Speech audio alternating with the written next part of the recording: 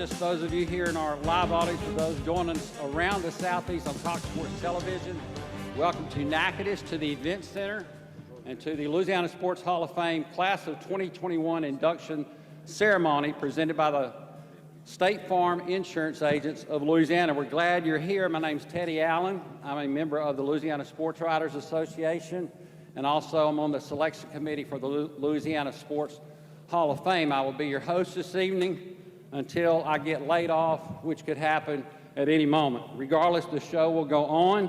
It's been a star-studded summer of inductions. We did this 9 weeks ago for the class of 2020, had a big time.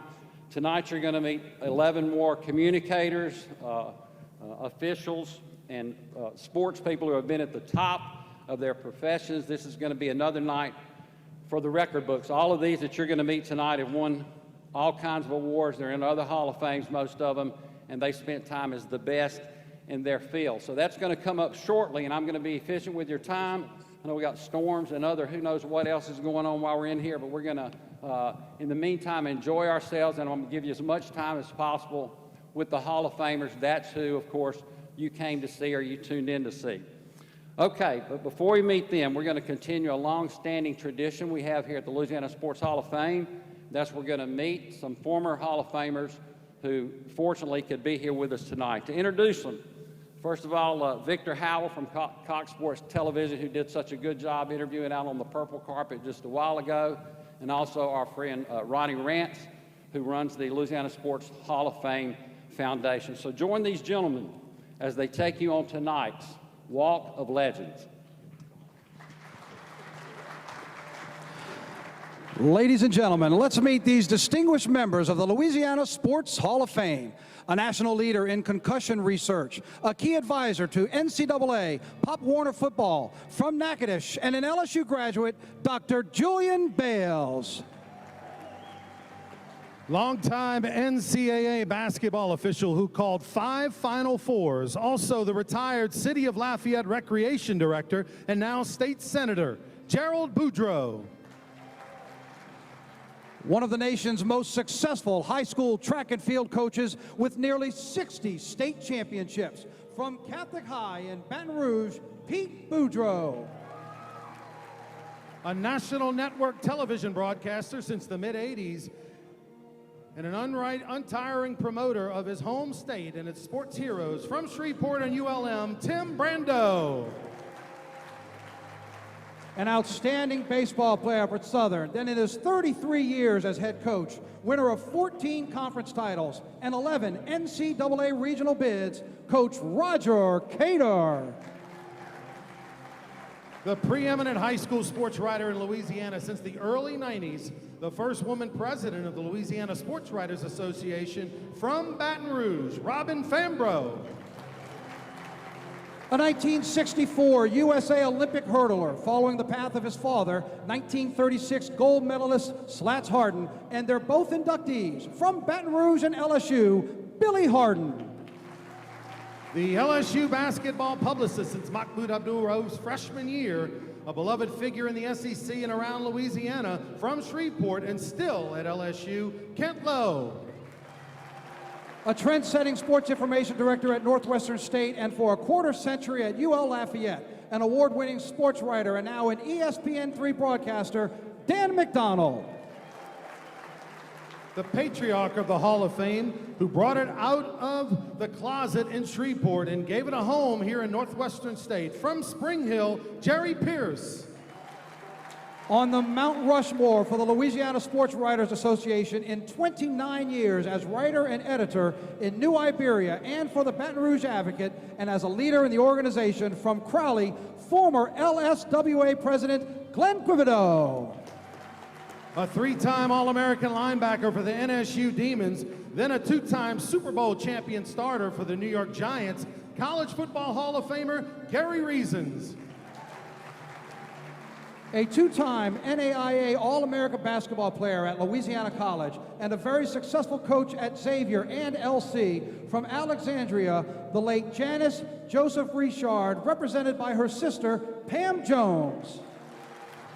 sports editor at 2 of the state's major daily newspapers in Lafayette and Alexandria, one of Louisiana's most gifted sports writers from Alexandria, Bob Tompkins. And now, ladies and gentlemen, for the reason we are gathered here tonight, let's meet the class of 2021 for the Louisiana Sports Hall of Fame. From Baton Rouge, a product of Bel Air High, who began her college career in 2 seasons at Nichols, led Southern Miss to 2 College World Series appearances, and named one of the 11 best softball pitchers in NCAA history. Ladies and gentlemen, Courtney Blades Rogers. One of the hallmarks of New Orleans sports journalists, a trendsetter, and one of the most beloved television figures in the Crescent City, a John F. Kennedy High graduate and Loyola alumnus, Ro Brown. From East Ascension High School and LSU, if he's not the greatest defensive player in Tiger football history, he's on a very short list. The anchor of the 2007 National Championship team, a 9-year NFL veteran, ladies and gentlemen, Gonzalez's own Glenn Dorsey. He grew up fishing across the street on Cane River and became one of the greatest bass fishermen in the history of the sport. The 1980 Bassmasters Classic champion from Natchitoches and a proud NSU graduate, Bo Dowden. He won 27 national championships as track and field coach at LSU and now has 36 national titles and counting. He's coached over 40 Olympians, including 3 who just medaled at the Tokyo Olympic Games. Ladies and gentlemen, the legendary Pat Henry. From Jonesboro and another NSU graduate, he has been without question the leader of the face of the Louisiana Sports Hall of Fame for nearly a quarter century. This place wouldn't be here in Natchitoches without this man, the icon, Doug Ireland.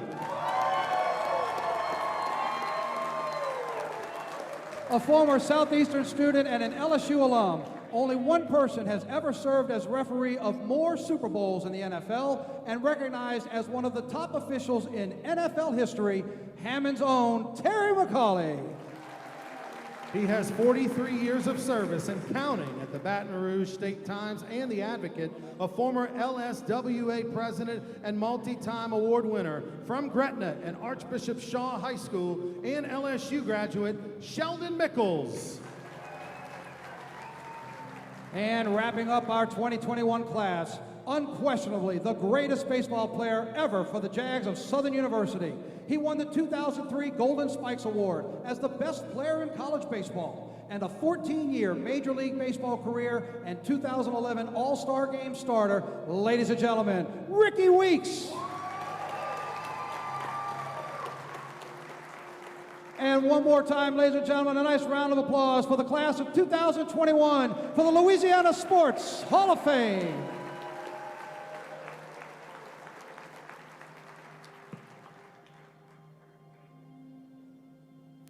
The 2021 Louisiana Sports Hall of Fame induction is brought to you by State Farm Agents of Louisiana, La Capital Federal Credit Union, Louisiana Propane Dealers, Rapides Regional Medical Center, City of Natchitoches, Northwestern State University, Natchitoches Regional Medical Center, Hancock Whitney Bank, Tiger Athletic Foundation, the New Orleans Saints, and Louisiana Lottery. Life changes quickly, whether we're ready or not. And every unexpected adventure leads to the next. But the things that make us feel safe never change. No matter what life looks like, Relief Windows has you covered. Experience, quality, service. Relief Windows. Your heart will beat more than 2.5 billion times in a lifetime. Each of those heartbeats deserve the region's most advanced cardiac care. Rapides Regional Medical Center was the first in the region to offer state-of-the-art procedures like TAVR and micro pacemakers. And we have the area's only hybrid operating room for advanced cardiac surgery and electrophysiology. When it comes to second chances of the heart, we should be your first choice. Rapides Regional Medical Center, heart care on a higher level. At the Holiday Inn in downtown Alexandria, we offer every amenity our clients would need and more. Renovated and reopened in 2016, we are the only full-service hotel in the area with a wide-open convention space, restaurant bar, hair, skin, and massage care spa, and a bank branch. Our hotel is also pet-friendly and features an entire pet park right outside, as well as a Tesla supercharger station. Our rooms are styled in a sleek, contemporary fashion, all equipped with 42-inch televisions and top-quality beds. If you're in the mood for a bite to eat, our on-site restaurant, The Levee, features delicious, contemporary Louisiana cuisine. Our service for our customers is unmatched in the area, and our awards speak for themselves. Our mission is to provide you with the utmost superior service possible. Holiday Inn downtown Alexandria. There's nothing else like it.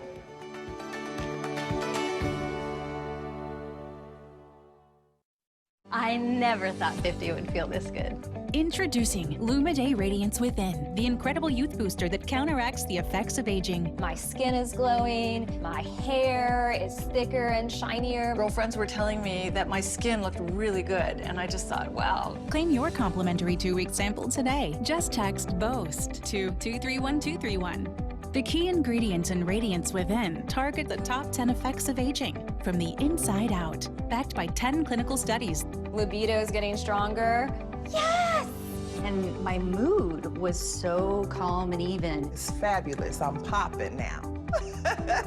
Sound too good to be true? That's why we're offering a complimentary 2-week sample so you can see for yourself. Just text BOAST to 231231. Do it now, and we'll also include a free trial of Lumiday Youth Rejuvenator to help you feel even younger and get the best sleep of your life. Text BOAST to 231231. Good evening, and welcome to the induction celebration of the 2021 Hall of Fame class. Tonight's diverse class is comprised of inductees whose talent left a mark on the great state of Louisiana. The city of Natchitoches is honored to have the Louisiana Sports Hall of Fame located in the heart of the city's National Historic District, where sports legends not only recognized, but where stories of their greatest achievements are documented and displayed in a state-of-the-art museum. I am excited to celebrate and share this moment with each of the inductees here tonight. I find much wisdom and encouragement in these words from Leanne Cardees. Continuous effort, not strength or intelligence, is the key to unlocking your potential. I hope during this time of celebration, it is also a time of reflection for each inductee, recognizing that it was continuous effort throughout their sports career journey that has led them to where they are today. Congratulations to a well-deserved induction class. Thank you to Mayor Ronnie Williams, Jr. He's one of the many who helped make this a special home here in Natchitoches for the Louisiana Sports Hall of Fame. How about a round of applause again for our new class of 2021 who you just met? We'll start meeting them individually now. They're a beautiful, beautiful group. This year we have 3 really accomplished Distinguished Service Award winners, and each inductee is going to be honored by first a video interview with them, then they'll be videoed live by Victor on stage. The voice of the Hall of Fame, Lynn Rollins, will be who you hear in the video narrated by for each Hall of Fame inductee. So we're going to start with a long-time outstanding sports writer for the Advocate. He is a cornerstone of the LSWA and certainly of the Hall of Fame. So meet my friend Sheldon Mickles. Start listing all the writing accomplishments of Sheldon Mickles in his 40-plus year journalism career in Baton Rouge, and well, it would be quite lengthy. Add his work with the Louisiana Sports Writers Association, helping organize the annual awards contest, and the Hall of Fame selection balloting, and you begin to get the picture. He was on the staff when I joined the staff of the State Times, our old afternoon newspaper, back in 1989. And he's someone I've always looked up to for his expertise on the Saints. I mean, he's been following the Saints and covering them since pretty much their inception. His expertise in covering LSU basketball, LSU football, LSU track and field, just about anything he's thrown into, he gives it his all and does a great job. Terms like good reporter, smooth writer, professional journalist have been tossed around about this New Orleans native that has made his life in Baton Rouge at the State Times and the Advocate. That included 30-plus years as beat writer for the NFL Saints, including the New Orleans Super Bowl victory. I've always admired him as a writer because, and you know, look, he went from when he first got to Baton Rouge, probably handling the prep beat and things like that, all of a sudden to taking over the Saint beat. And other than the Picayune, was probably the #1 Saint reporter in the state. And that's not an easy job. And what he did covering the Saints, fans never lacked for knowledge about what was happening with the Saints. And I think, you know, that was a tribute to him and his hard work. He's going to tell you exactly what he's going to do. He's going to do it. He's going to do it to the letter. It makes all the difference in the world to have a diverse staff.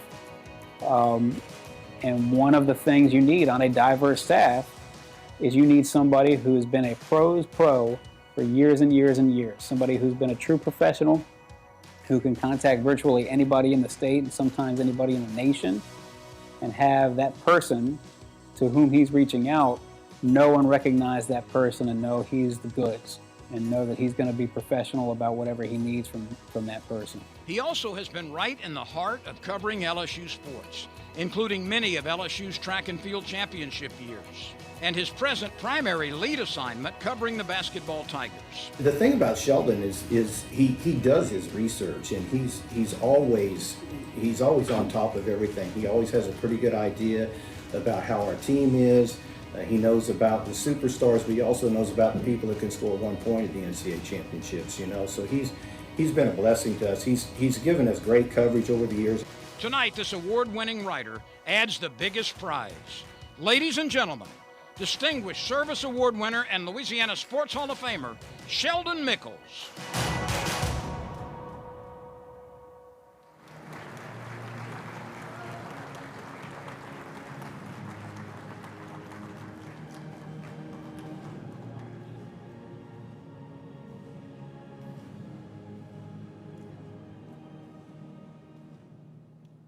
We meet again. Congratulations, sir. Thank you very much.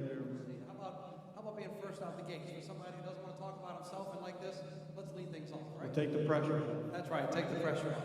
So for everybody who's here, and just so you all know, I had a chance to talk to everybody during the week. I had just a chance to catch up and maybe discuss some things that we weren't going to see in the videos. Take us back to how you saw seeing your friend's name, Roger Emmerich, in the newspaper to help lead you to want to do with what you've been doing now that has you inducted in the Hall of Fame. Well, when I was about 7th grade or so, I decided I wanted to be a sports writer. Don't know why, but I love sports and just wanted to be a part of it. Wasn't very good as a baseball player, so I figured I'd write about it, like a lot of other colleagues of mine. So one day I was reading the paper. I was a paper boy in New Orleans. I was reading the paper, and a friend of mine who I had played Little League baseball with was covering sports for the Times-Picayune, and I saw his name, his byline in the paper. So I called him up and I said, "How'd you get that job?" This is by then, I'm in college. I said, "How'd you get that job?" And he told me, and I called him, the sports editor at the Times-Picayune, and fortunately got a job with doing what he was doing, which was covering high school football, basketball, and baseball. So you made the phone call, you wanted to get a job. Do you remember the first job, the first game you covered solo? I covered a game in Galliano, Louisiana, South Lafourche, and O. Perry Walker of New Orleans. I'm not sure if he started the game, but Bobby Hebert was a sophomore quarterback, and Ed Ogeron was a freshman defensive lineman. So I'm not sure if they played in the game, but they were there. Some potential talent was in that game when you first covered your first one. You got the Saints beat, you told me, in 1984, and as we just talked about on the Walk of Legends, how much you enjoy being a beat writer. What is it about the Saints beat, but maybe just in general, about being a beat writer that brings so much pleasure to the career that you have used for all these years? Well, the NFL has rules where you have to go talk to, or not have to go talk, but they have the open locker room every day after practice. This is pre-COVID, of course, but they have the locker room open every day after practice. During training camp, you could go talk to the players, and we would go in there and just talk, and you get to know them a little better than most athletes, because you're sitting there waiting for them to talk to them, and you know how it is. You interview, you find out about their family, you find out what they like, what they don't like. You find out all kind of great nuggets that you could pass on to your readers, and most of the time it's features you do it for, but other times you do it for notes to bring nice little nuggets of information to your readers. Let me ask you this lastly before I get to ask you about your family. Anything changing in what you're doing with the way that media is changing these days? When you got the beat in 1984 and you made that first phone call and you're down in Galliano, you weren't tweeting, you weren't Facebook posting, you weren't Instagramming, none of that stuff. All these things are changing now. Do you still stick to the core of what it is that's gotten you here after all these years, or are you having to change and evolve with all of these changes? You still have to do your job, and what's the core, like you said, the core of it is reporting the facts, reporting about features, reporting transactions, stuff like that. But, now there's so much more involved. The digital process, it's 24 hours, 7 days a week. You might get a call at 4 and 5 in the morning to do something. So it's one of those things where you have to be on call all the time. And I know when you're a beat writer, whether you're calling college sports or NFL sports, there are late deadlines, there are late kickoffs, which means you're on the road and you're away from your family. I get to ask everybody this tonight, but certainly you get the first opportunity for those who mean the most to you that you would like to thank that you're celebrating here tonight. Well, first of all, my wife of 40 years last week, Sharon. Congratulations. Thank you. And she's put up, we say she's a saint. She's a saint. And my daughter, Brienne, and my son-in-law, Ori, and my 2 grandchildren, Evie and Addie. On a personal note, our careers crossed paths when I was in Baton Rouge, and I would ride with my dad for years in the Mardi Gras parade in Demian, and Sheldon found out where we were on the float, and every year he would go down with his family on the same corner, and his beautiful daughter, who's now all grown up, would have a sign looking for beads that tall, and we would dump stuff on them. Now we get to do it to the younger kids as well. I'm not in the parade anymore, but I'll still go get some stuff. We'll stand on something and throw beads at them anyway and celebrate it, but those are some great memories back there. Ladies and gentlemen, Sheldon Mickle. Sheldon, congratulations. Thank you.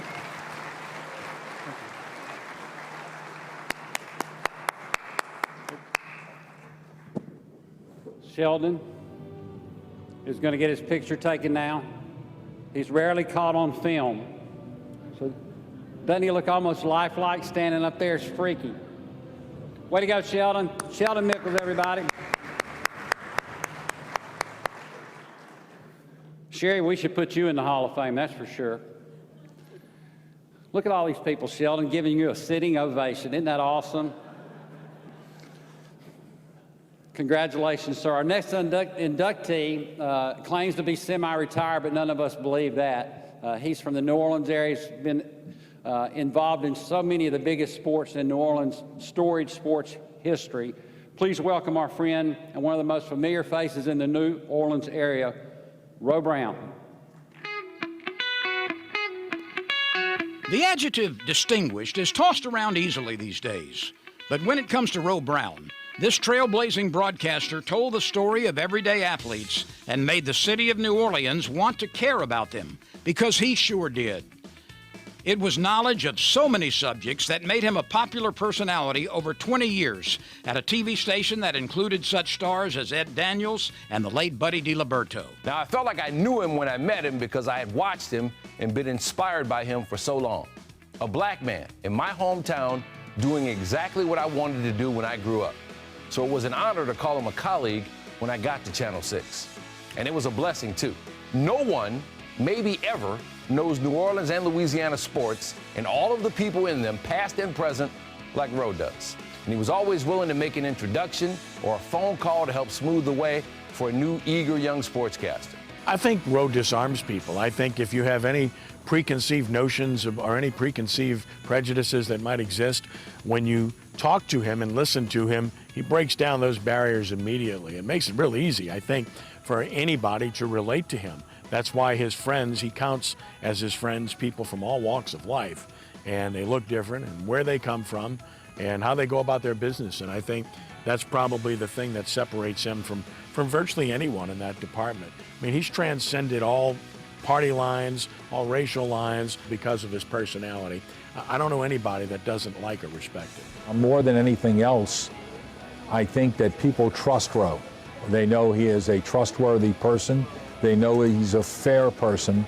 And if he does an interview with you or whatever, or if he is reporting a story, he's going to give it to you straight and he's not going to twist it.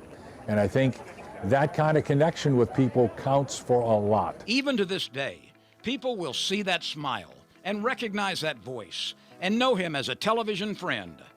Brown's storytelling made him a humble star who loved New Orleans as much as his viewers loved him. I used to wonder if he was independently wealthy and just walked around secretly giving away money because everybody loves him and they're always glad to see him as if he actually did. You know, Roe has had a lot of great role models in his life. I never knew his father, but I did know his mother.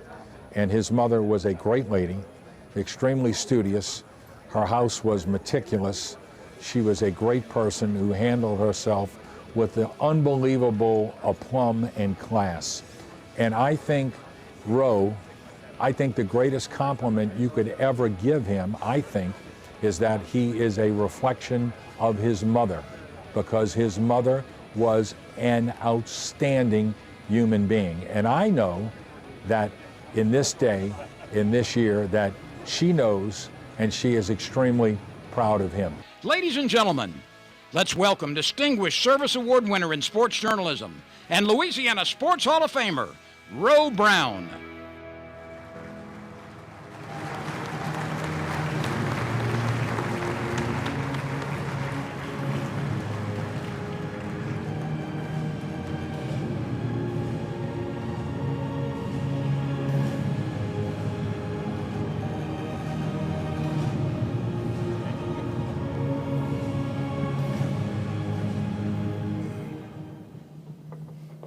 So Mom knows you're going to get into the Hall of Fame. She would be telling you what, getting ready for this weekend?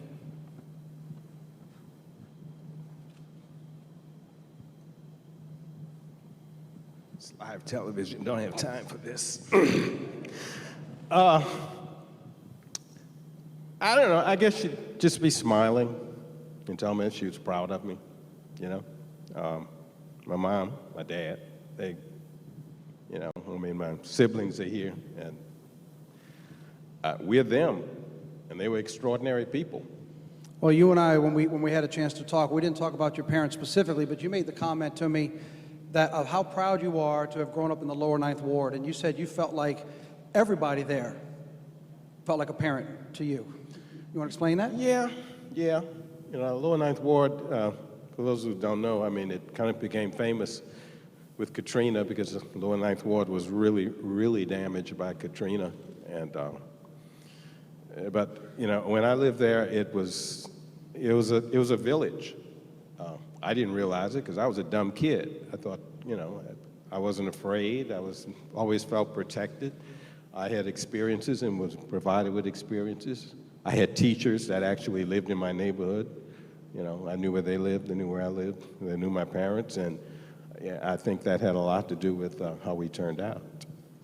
You heard Stan Verrett say, of course, New Orleans, now on ESPN, because you mentioned it as we did the walk on the purple carpet, and you mentioned how it's really sunk in when people like that said, I went inside to watch you do sports. You told me you took a tour of WDSU in 1965, I believe.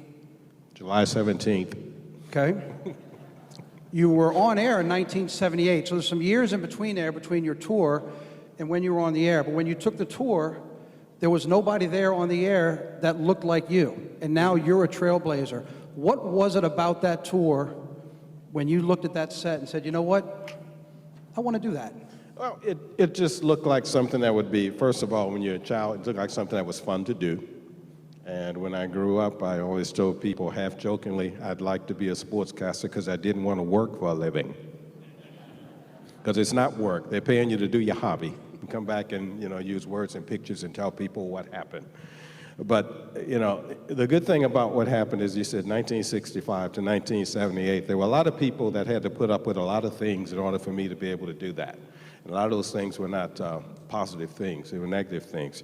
So I always felt that every day when I went there, I had to do the absolute best that I could for the people who never had the opportunity to do what I was able to do, but would have been a lot better at it than I could ever be. And there were people that I always admired, the media people, a lot of African-American sports media people. People don't know a lot about them, local people like Champ Clark and R.L. Stockard, who is a DSA winner, as a matter of fact. Larry McKinley, writers who weren't from New Orleans, like Wendell Smith and Sam Lacey and, Butch Curry, local guy with the Pittsburgh Courier. I followed athletes, but I also read those people and felt that I had to do the best that I could because they raised the bar so high. Did you ever feel any pressure, extra pressure, to be successful? I know you said it was later in your career when you would hear stories like Stan, when people would say, hey, we were outside, my mom said, come in, Mr. Rowe's about to do sports. That came to you later, but did you ever feel as you were on this journey to get started, did you ever feel any extra pressure to have to be successful? No. I never felt any pressure at all in my job. I never felt any pressure, I knew that, I always knew that if I worked hard enough at it and studied hard enough at it, that I would succeed. That came from my father. I never felt pressure because my father told me so much about sports and so much about life. And there isn't one day, not one day in my professional life that went by where there wasn't something that my father or my mother told me, as far as information or anything, not one day. There was always something that came up that they told me about. We can certainly see it on your face and in your heart. We know what mom and dad mean, and we know what the lower Ninth Ward means. We'll consider that one big group with the lower Ninth Ward that you want to say thank you to. But this is your opportunity as we celebrate the culmination in your induction night. Anybody else that you want to give special thanks to on your journey that led us to tonight? Well, my family, of course, my sisters and my brother, my in-laws are here. I'm glad that they're here, from out of town. Like everybody, my parents aren't here. I wish they were here, but I guess they really are, my grandfather and some other people. And, I'd like to say that, I always did historical stories. I did historical stories because I like historical stories and I like history. And there's one thing that I guess since I've gotten this honor, I feel like now I got to go do something to convince myself I deserve it. And I'll always do historical stuff, and I'll always be around. LIALO, Louisiana Interscholastic Athletic and Literary Organization. That was the African-American equivalent of the LHSAA. I need to find out more about that. So I know there's somebody out there with all this information, okay? So I'm putting it out right now. Call me. Give me whatever you have. Put the feelers out. You told me your memorable interviews. You had a chance to interview Muhammad Ali, Coach Eddie Robinson, Bear Bryant. I told you I also had a chance to interview Coach Eddie Robb, and I'll also remember sharing this night with you. Well-deserved. Congratulations. Victor, thank you very much. Ladies and gentlemen, Roe Brown.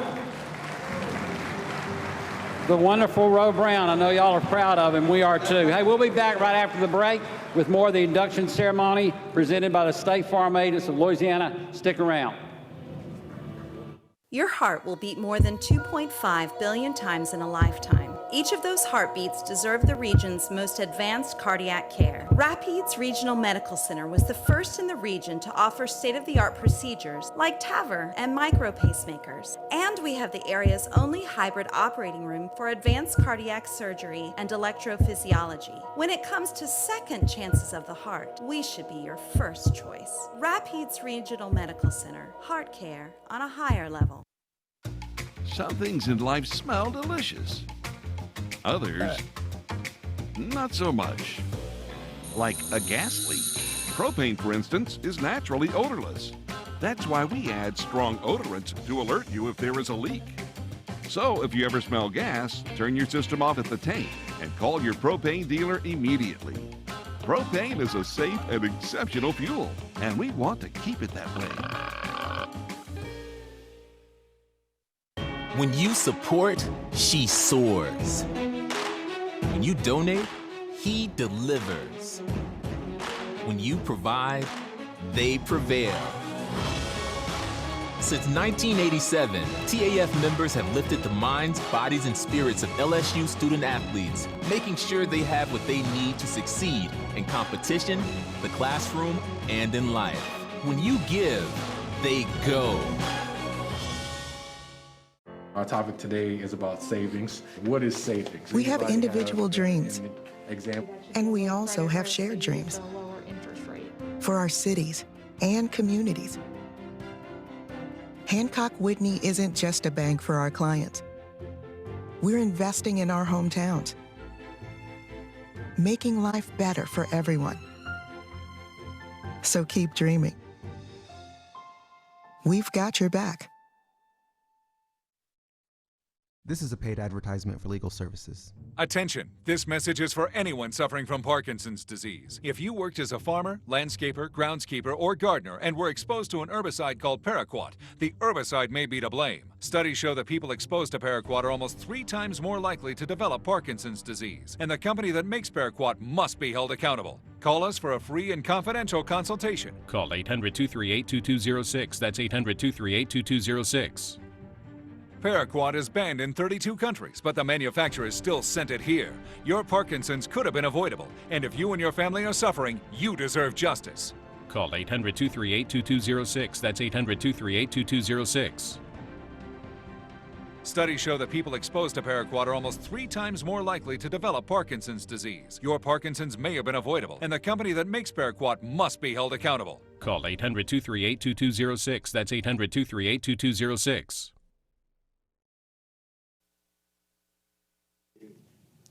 Hi, I'm Lieutenant Governor Billy Nungesser, the great state of Louisiana. Welcome back to our induction ceremony and congratulations. Hi, I'm Lieutenant Governor Billy Nungesser, the great state of Louisiana. Welcome back to our induction ceremony and congratulations to all the inductees this year. I didn't know if I was starting over, if I was fixing to pass out. I didn't know what was going on. Thanks, Lieutenant Governor, for that very short talk. But he's got continual support to the Louisiana Sports Hall of Fame. God love him for it. Pinch hitting for him tonight is no slouch. We can't see him over there, but Senator Gerald Boudreaux, who y'all met earlier from the class of 2010, he is representing the state. Tonight he'll be back down in Lafayette where they're filling sandbags and stuff, but God love him for being here today. And Raymond Parks III, who we'll hear from later, he's our LSWA president, and they are presenting the awards to our inductees. So congratulations to Rowan Sheldon, one final DSA member, just an amazing individual, one of my favorite people. He's a rock star at the Hall of Fame. He's done so much for Northwestern State athletics. He helped, was crucial in getting this fabulous building down on Front Street, and he's helped so many young journalists and sports information directors. So let's hear about our chairman, Doug Ireland. Doug Ireland is a people person. Just ask anyone. An award-winning writer, he turned sports media relations director at his alma mater, Northwestern State University, into a 30-year career. And for much of that time, and continuing to this day, he is the chairman of the Louisiana Sports Hall of Fame. Multiple jobs, multiple challenges. He stayed at his college at Northwestern all those many decades before he retired. He's still there with Louisiana Sports Hall of Fame all these many decades that he's been working with that. Those kind of people that have sticking power are, to me, the people you can depend on in life. And Doug's been one of those folks. Along the way, he has earned the respect and friendship of coaches, politicians, colleagues, and each year a new class of Hall of Famers. That building on Front Street, a vibrant part of this city, has his name written all over it. When I hear Hall of Famers talk to Doug, it's like that they've got this relationship that's been going on for 30 years, and he's really only been talking to them for 6 to 8 months, but they have developed a bond because he has so much knowledge and so much recall and so much information about them as people, and they become part of his family because they're now Hall of Famers. He's a walking Louisiana sports encyclopedia, and he can just off the cuff talk about just about any great legend, particularly Hall of Famers, that was here in Louisiana or that has been inducted. You don't need a computer when he's around. Because of his work, the Hall has gone from what a newspaper columnist in 1950 said was an idea that, quote, existed on paper, end quote, to what we know today. I can't quite frankly say enough about what Doug has done for Northwestern, what he's done for the community in Natchitoches. And I guess the most important thing is what Doug did for the Sports Hall of Fame. I could tell you that we wouldn't have a Sports Hall of Fame if it weren't for Doug Ireland. He was an integral part of providing us, when I was in the legislature, with the information that we needed to be able to do our job as elected officials and to convince the administration at that point in time that funding that project and building that project right here in Natchitoches was a worthwhile cause. I think about Doug, and I think about the phrase that Doug used to always say, information is my business. But the thing about Doug was it went beyond. Anytime he really, when you start talking about Northwestern State athletics, it wasn't just about information. Doug Ireland wanted to be sure to tell a story, and not just a story, but to tell the best story about NSU, regardless of what was happening. Tonight, the chairman, although reluctantly, lets us put the spotlight on him. Let's welcome Distinguished Service Award winner in sports journalism and Louisiana Sports Hall of Famer, Doug Ireland.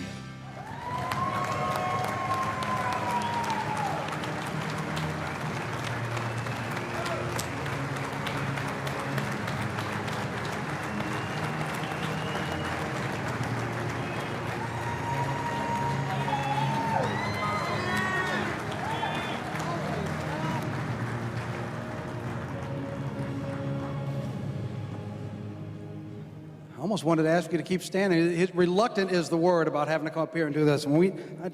This is where the program could go off the rails, because he doesn't want to talk about himself, but Sports Encyclopedia, we could all be sitting here an hour and a half, and Doug could just keep going.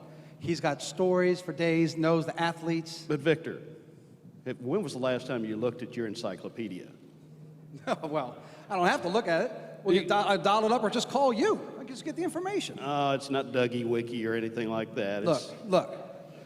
You were hesitant this week when we talked because you're always on the other side making sure that all of the inductees enjoy the week.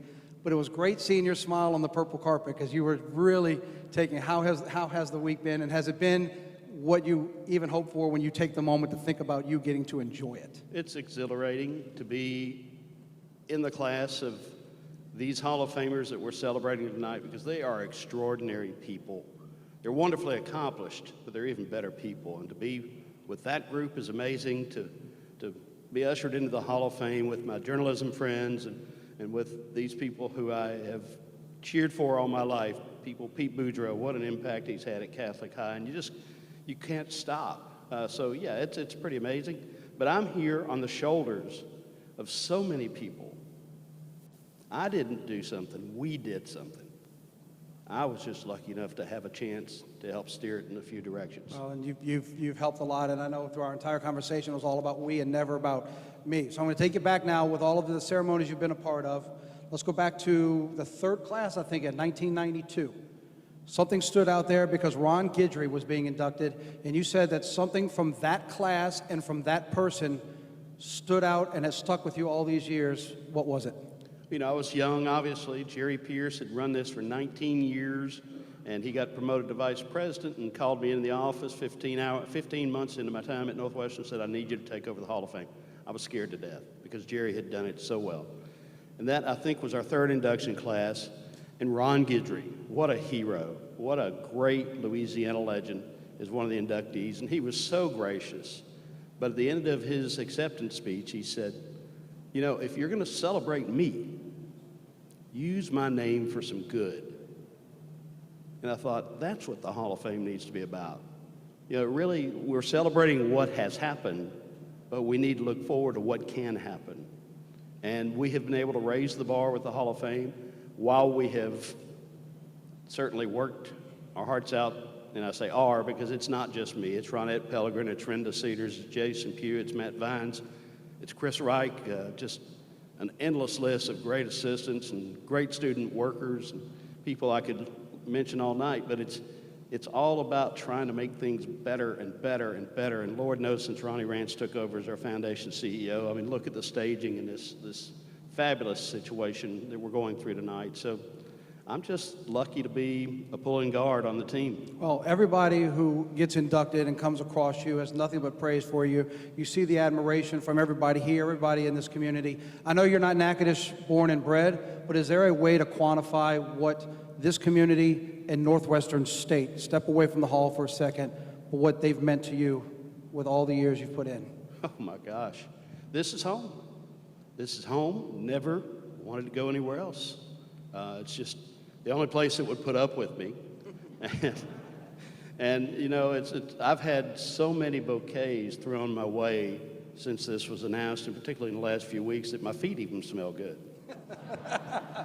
Well, you get to throw some bouquets now. This is your opportunity. I know the list could be endless with everybody that's impacted your career, but when it comes to family, friends, maybe that one person that really stood out with you, this is your opportunity on stage now to say thank you as a Hall of Famer. There's no way. There's no way, because we've got other inductees. I just am so blessed to have so many wonderful people. You know, my brother Monty has 3 college degrees. He's a nurse. How heroic is that nowadays? Somebody we took for granted. But to paraphrase, you know, the great Iron Horse, I am the luckiest man on the face of the earth. Thank you. Congratulations. Doug Ireland, everybody. Congratulations. Enjoy your night.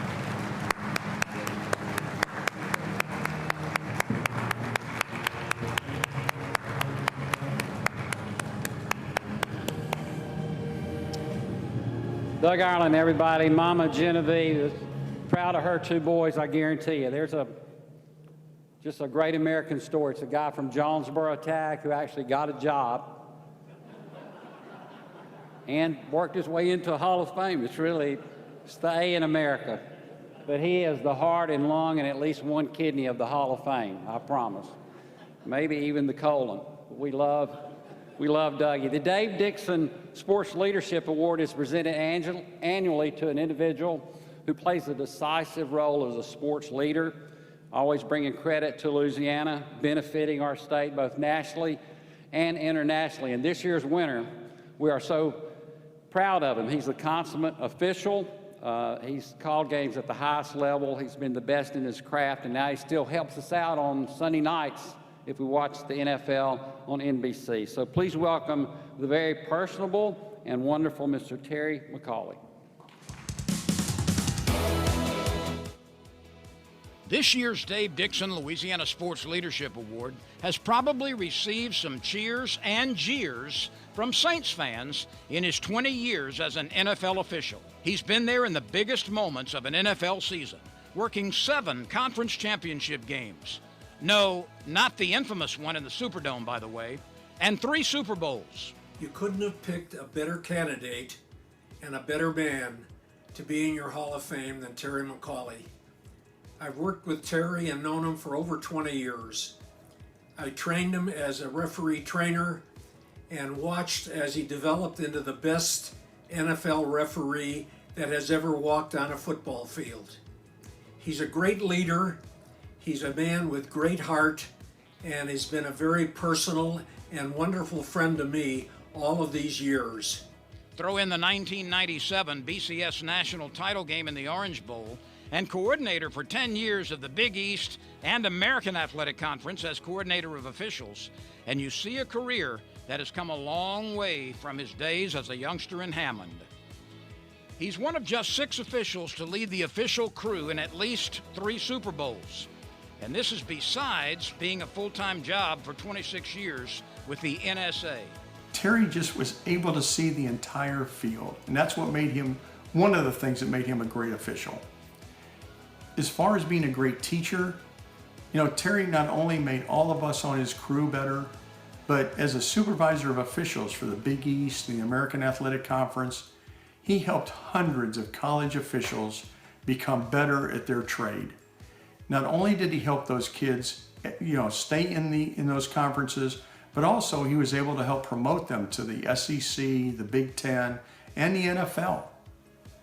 Terry was so good at all of these things, and that's what really helps him be a great analyst for NBC. Terry could have worked another 10 or 15 years on the field, but you know, he had already perfected that. And Terry's mentality is, I've got to find something to challenge myself. And this was the thing. Now fans get to hear his opinion of his fellow officials' decisions each week as the on-air rules expert for the NBC Sunday Night Football and Notre Dame telecasts. Terry had a great understanding and knowledge of the game of football, especially in the NFL. His rules knowledge, the philosophy that he shared with his crew helped me grow as an official. I considered Terry a mentor of mine, and to get to the Super Bowl with him was really, I was ecstatic to be with him. Because when I worked with him, I felt comfortable, and he gave me just added air of confidence that he supported me, and and he really he taught me a lot, and that was really a great opportunity. Ladies and gentlemen, there's no penalty flag to be thrown tonight on this decision. Please welcome the Dave Dixon Louisiana Sports Leadership Award winner and Louisiana Sports Hall of Famer, Terry McCauley.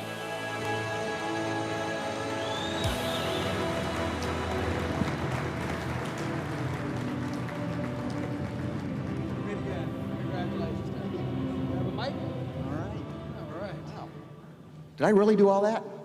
You did, and this is probably a history-making moment. A white hat getting 100% support. Nobody's booing. No. Nobody's complaining about a call you made. This is all support for you. That doesn't happen, and what I do see happening is the further I get away from actually being on field, the better I get. So, or I was. We talked about this a little bit on the pre-induction ceremony. The fact that so many people will think about playing other sports. You always thought about being an official. Why was that? What led to knowing that you always wanted to wear the striped outfit and not the colored outfit of a home or away team? Well, I knew I wasn't a good athlete. I couldn't do anything when I was little.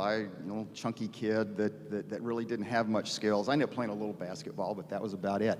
So early on, I don't know, I just enjoyed watching the way the officials managed the game, the way they ran it, the way they were in charge.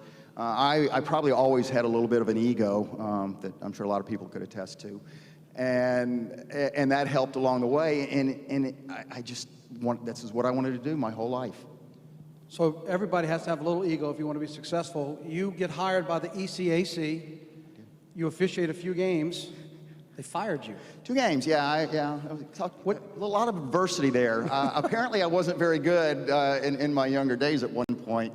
Yeah, I worked 2 games in the Baltimore area and was summarily dismissed at the end of the season and thought my football career was over. I was just saying, that's what I was saying. I hope somebody from the ECAC is watching now and see what kind of mistake you made out there making that decision. But you grow up wanting to do this. You get your opportunity. You do a couple of games. They say, hey, thanks, but no thanks. Was there ever a moment where you sat there and said, oh, maybe I need to go a different direction? Or what kept you pursuing knowing that you'd be good? No, really the next year, another good friend of mine that really got my college career started hired me in a different college conference as a referee, and it pretty much took off from there. The ACC was already watching. They needed a referee from Maryland, so Coach Duffner, who was at Maryland, was kind of pushing for it. So there was a light there that I thought I could still get where I wanted to get. I know you had a career at the National Security Agency for years, and when you're doing a job like that, you certainly have to pay attention to detail. And we heard the descriptions from the guests on the video that were talking about you, about how you had your eyes and hands on everything. You saw everything as the crew leader and putting things together. How much of the career and the attention to detail that you learned with the National Security Agency carried over to what you had to do on the field that eventually led you to officiating the highest game in all of the NFL? Well, I was a software developer, and I had to develop programs that kind of help defend our country. So you really couldn't make many mistakes. You had to really pay attention to the minute details such that you didn't have a big problem. So it was just part of the way I lived at that time. I know you're getting ready to start your NBC career. You're already there, but Drew Brees is about to join you on NBC. You and I had a chance when we talked this week. You said players like Drew were not much talkers. No. People like Peyton Manning talk all the time. We hear them mic'd up and they have fun. Did you have more fun with one or the other when you were on the field? Did you prefer players who like to chat it up or guys that are just out there doing their business? It really didn't matter to me. I always took their lead. I always made the game about them. So whatever they felt comfortable with doing, if they wanted to interact with me, I would interact back. If they didn't, that was fine too. However they were comfortable, I wasn't going to intrude on what they were doing in that particular game. You're going into the Louisiana Sports Hall of Fame. I should ask you, you were the youngest in terms of games official before you got to the Super Bowl. You did 3 of them. We talked to players and athletes, as we will tonight, about carrying that Louisiana pride. What was it like as an official, carrying that Louisiana pride going into officiating Super Bowls? It was terrific. Growing up, I mean, our family was very football-oriented, especially in Louisiana. Louisiana is a football state. I mean, I know we have a lot of other athletes too, but it really was a big part, especially back then. I just was watching it all the time. So that background, you know, I fell in love with the sport, and I've been able to maintain my living with it for all this time. Okay, I'm getting ready to ask you about who you want to thank, but I still got to get past this. We teased this on the purple carpet. He's a music aficionado, and he made the bold statement out there that after 1979, when it comes to writing good music, nothing. Stops at 79. Now, he's good with the 70s. I read that he's okay with the 80s. He does not listen to 90s music. So what's the music that drives you, and why? What happened after 79 to music writing? Well, growing up, I was in the car listening to the radio all the time. So that was my life, listening to the radio. Whether I was driving to a game or something like that, the radio was always on, and just every genre of the 70s, you know, what's the next song, and just fell in love with it. And still do. I mean, my music player, when I get on the planes now, I put it on and I just listen to 70s music. So maybe I can ask Glenn Dorsey later. All the players have the music going in the ears to hype them up. You're about to go officiate the game. What are you listening to? Is it like Eagles? Is it rock like the Stones? What are we listening to? It would have been the Eagles, but I didn't do that. And I don't know how players do that. My focus was on the game. If I started listening to music, I'd forget about the game and maybe not do it well at all. Well, as again, everybody has the opportunity to do, and certainly you as well. It's never a journey you can take on your own.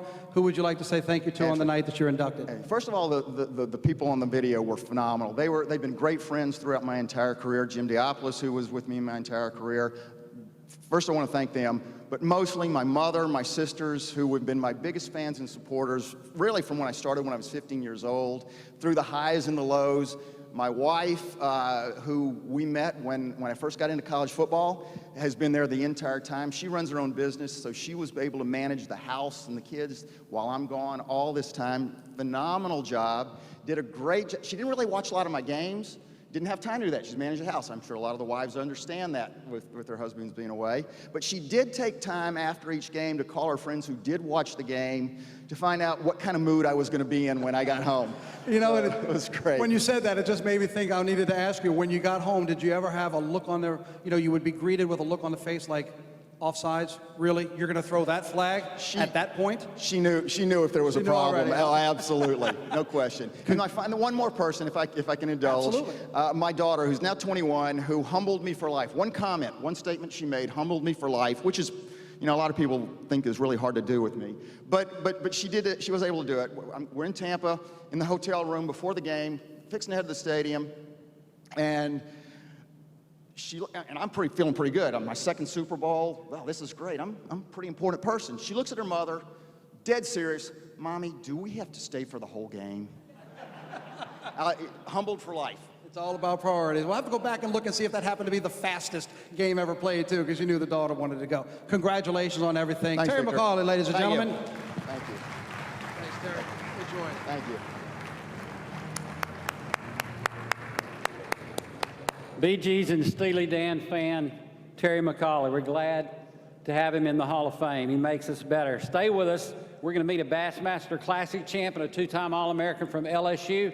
Right after this break, you're watching the induction ceremony from Louisiana Sports Hall of Fame, brought to you by the State Farm Agents of Louisiana. See you in a second. This summer, visit Natchitoches, Louisiana for a family fun in the sun vacation. Natchitoches, Louisiana, the oldest settlement in the Louisiana Purchase, is your newest adventure destination. For history, lifestyle, and culture. For more information, please visit us online at natchitoches.com. Your heart will beat more than 2.5 billion times in a lifetime. Each of those heartbeats deserve the region's most advanced cardiac care. Rapides Regional Medical Center was the first in the region to offer state-of-the-art procedures like TAVR and micro pacemakers. And we have the area's only hybrid operating room for advanced cardiac surgery and electrophysiology. When it comes to second chances of the heart, we should be your first choice. Rapides Regional Medical Center, heart care on a higher level. We need to talk. Us, it's not working out. It's not me, it's you. I found something better. Better rates, better perks. And less drama. So yeah, we're done. I'm saying bye to banks. And hello to checking that changes everything. Choice Plus checking from La Capital is here for you. Earn huge dividends on your monthly balance, plus cool perks by Bazing. Say bye to banks and hello to La Capital Federal Credit Union. Visit a branch today. Some things in life smell delicious. Others, not so much. Like a gas leak. Propane, for instance, is naturally odorless. That's why we add strong odorants to alert you if there is a leak. So if you ever smell gas, turn your system off at the tank and call your propane dealer immediately. Propane is a safe and exceptional fuel, and we want to keep it that way.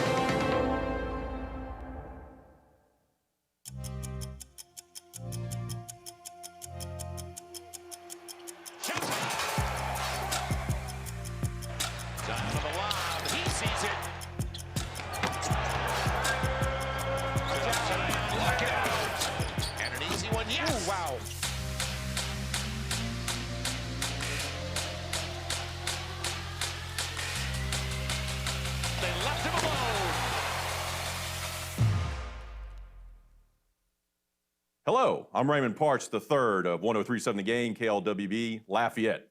As president of the Louisiana Sports Writers Association, I would like to take this moment to welcome all of you to the Louisiana Sport Hall of Fame's 2021 induction ceremony. The LSWA has proudly served as the sponsor and governing authority of the Louisiana Sports Hall of Fame for more than 6 decades.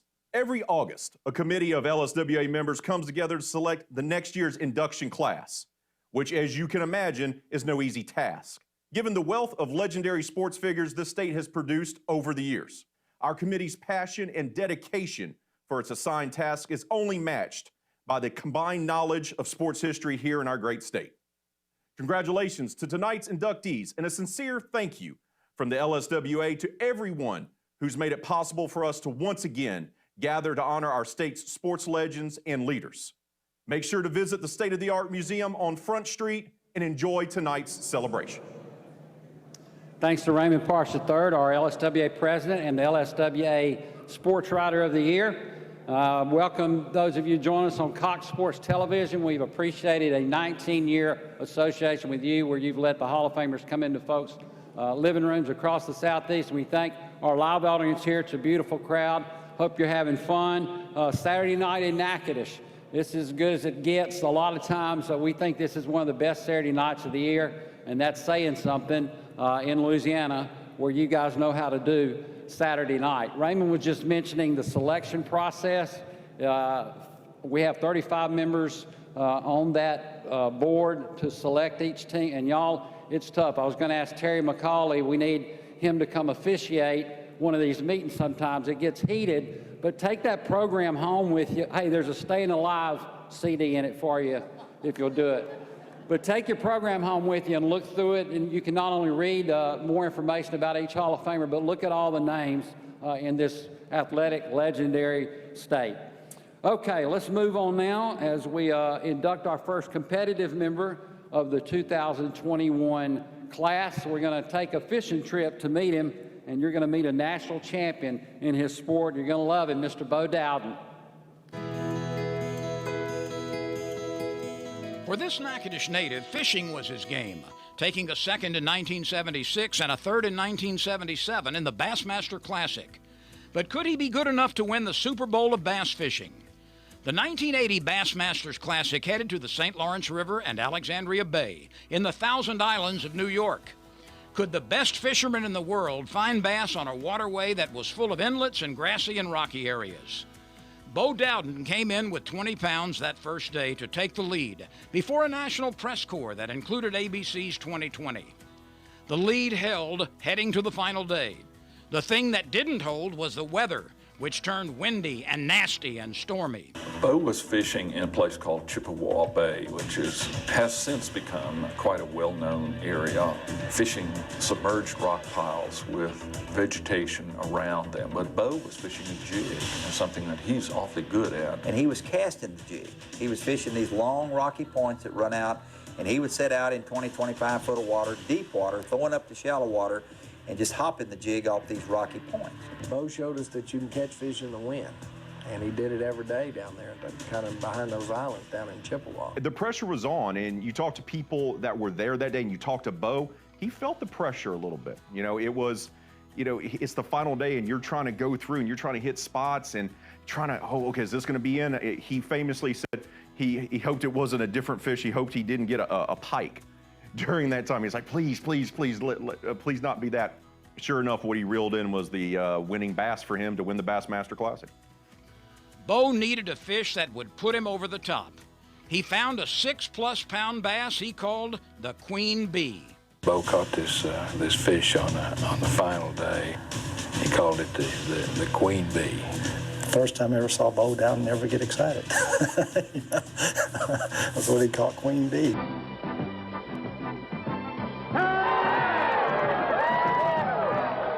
Bo has 5 big fish. He successfully fought off Mother Nature's wrath and brought in the 3rd limit of the day. 5 bass, 5 alive, and the weight, 15 pounds, 8 ounces. Bo Dowden is the champion. When you talk to people about Bo, one of the first things that comes out of people's mouth, great guy, right? It's one of those first things that people say. Even after all these years, they don't mention 1980 Bassmaster Classic champion, only one of 2 men to ever win the event here in the state of Louisiana. They mention the type of individual he is, the type of person he is, how he's a stand-up guy. That speaks volumes about Bo. Bo finished that classic with almost 55 pounds of bass, the second most caught to that time in the event. In 2004, ESPN named him one of the 35 greatest all-time anglers. The Hall of Fame has landed a keeper and a great catch. Ladies and gentlemen, Louisiana Sports Hall of Famer, Vilas Bo Dowden.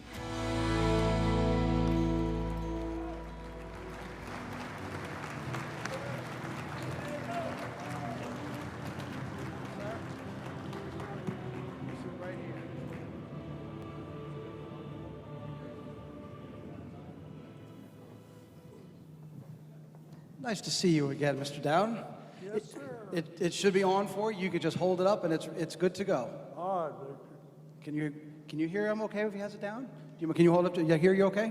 You're good? I'm great. Okay. No problem. I just want to make sure. Share the story with everybody here and those watching at home, how you used to bet cold drinks fishing with your grandfather and J.C. Bobbitt, and how that led to you becoming such a good fisherman. Well, it creates we used to go through a little town up here called Clarence, and there was a filling station that had a bunch of baits there. It also had about 3 slot machines, which were closed down by Mr. Grevenberg, who was a state police thing, but we had fun there while they'd stop in, drop a few quarters in. I had to go over there and look at all the baits in the window there behind the counter, and wish I had a lot of money to buy the things. They'd be classics right now, but They were pretty then.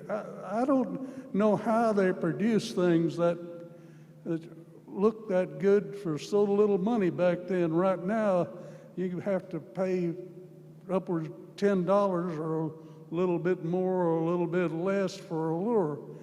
Back then, those things were $1.50, and they had glass eyes and all sorts of different spinners on them to attract the fish. These things we got right now are made out of plastic and might split in half if you hit a cypress tree with one. It's a different game right now.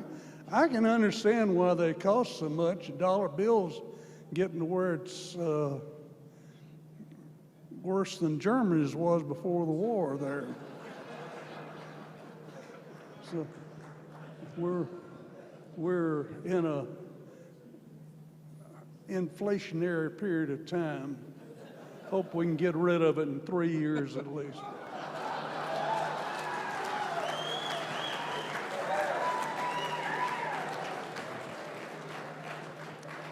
Your answer and story is way better than the question I was asking, so we're gonna stick with that and have fun with it.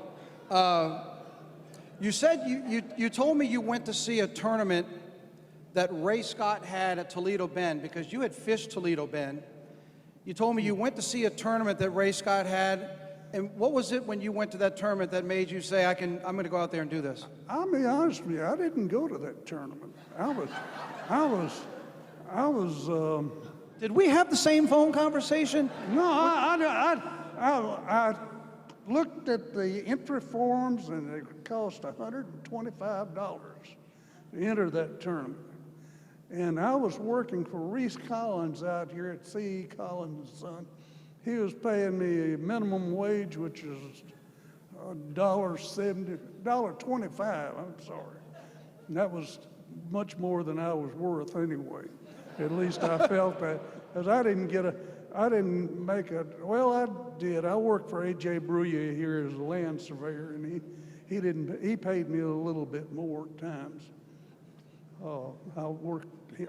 I ran levels for him as a party boss there for him for a while. In Natchitoches, there's not a whole lot of places you can go. I was going to school up there at Northwestern, and I had to have something that was going to make a little bit of money so I could buy fishing baits. I don't know. I mean, I was been working on outboard motors ever since I went to out fishing in Lartow Lake over here, and I ran down to the dams so I could walk around the dam, throw a hidden sonic over the back to see if I could catch a bass. Well, when I went back there, the motor wouldn't do anything but go in reverse. And I didn't have anything but a pair of pliers, an old beer can opener, and a small screwdriver. And I had to learn how to be a mechanic so I could get back to the camp where I was, which was probably about 10 miles away. And I didn't want to go in reverse all the way. So I can understand that. I ended up taking the power head off that motor and finding the two nuts that had come off the shift shaft and screwed them back on, screwed the screws back in the motor to secure the power head, and made it back home. It was a case of where it was an emergency. At that time, I became an outboard motor mechanic. Well, I remember you telling me that you're working on the motors, because I thought the story you told me was you had fished Toledo Bend, you saw people fishing there, you thought you could do better than them, but obviously you didn't. No, I didn't decide that until I read the press account. Right. Sure. I found out what they were catching, how they catch them. Right. And I thought I was catching fish daily over there. I mean, it was not a time that I didn't catch 3 or 4, 5 pounders, or some cases, as the biggest one I caught was an 8-pounder. And these guys, they just didn't come up with that kind of weights. You got to remember, back then they were fishing for, I believe, a 10-fish limit or something of that nature, and there was none of this catch and release. You'd catch him and you'd throw him in the ice chest and drag him home. Well, this card has served me well. I'm going to go ahead and I'm going to put that. I'm going to put this. No. I could do it. We could do this for a while. This is great. You're awesome, Mr. Dowd. Obviously I was asking questions about tournaments that I thought in our 45-minute conversation you went to. I was wrong. I apologize. But I'll tell you this. I love the video when you pulled in Queen Bee and they made your announcement and the big hug you were getting on the video to celebrate your victory.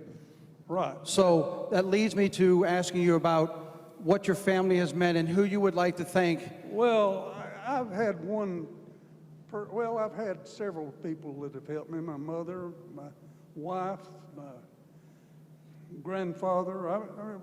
We're a reasonably nuclear family. We don't have many arguments or anything. Didn't have. It was quite a fun time as far as I was concerned when I was growing up.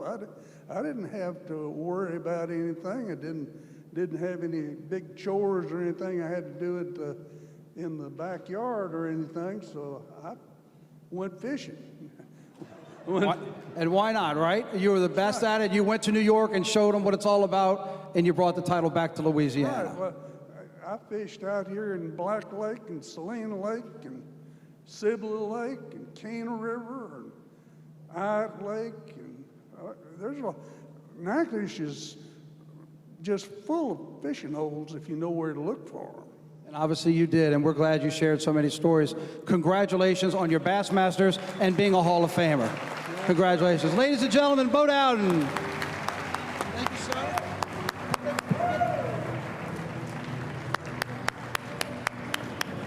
A Natchitoches Jim, Bo Dowden. Bo will be appearing, Bo's going to be at the Demon Comedy Club on Front Street at 10:45. We'll try to hurry and get y'all out of here. He's beautiful. Well, he's got the same thing in his glove compartment that every LSWA member has in theirs: pliers, screwdriver, beer can opener. It's our kind of guy. He'll be in the Popular Mechanics Hall of Fame. I think that's the end of next month.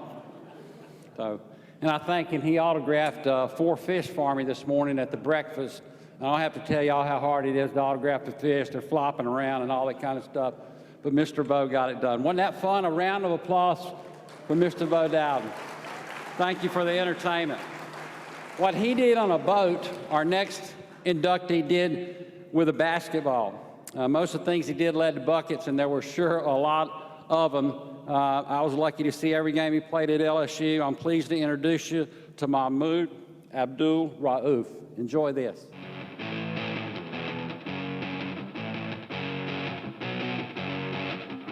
The moments the man who played as Chris Jackson for 2 years at LSU will always stand the test of time. Mahmoud Abdul Rauf came to LSU billed as a prolific scorer, and he certainly lived up to that billing, averaging over 30 points as a freshman. The 40-point games, the 50-point games. In fact, one I remember in Oxford when him and Gerald Glass went head-to-head, both scoring 50.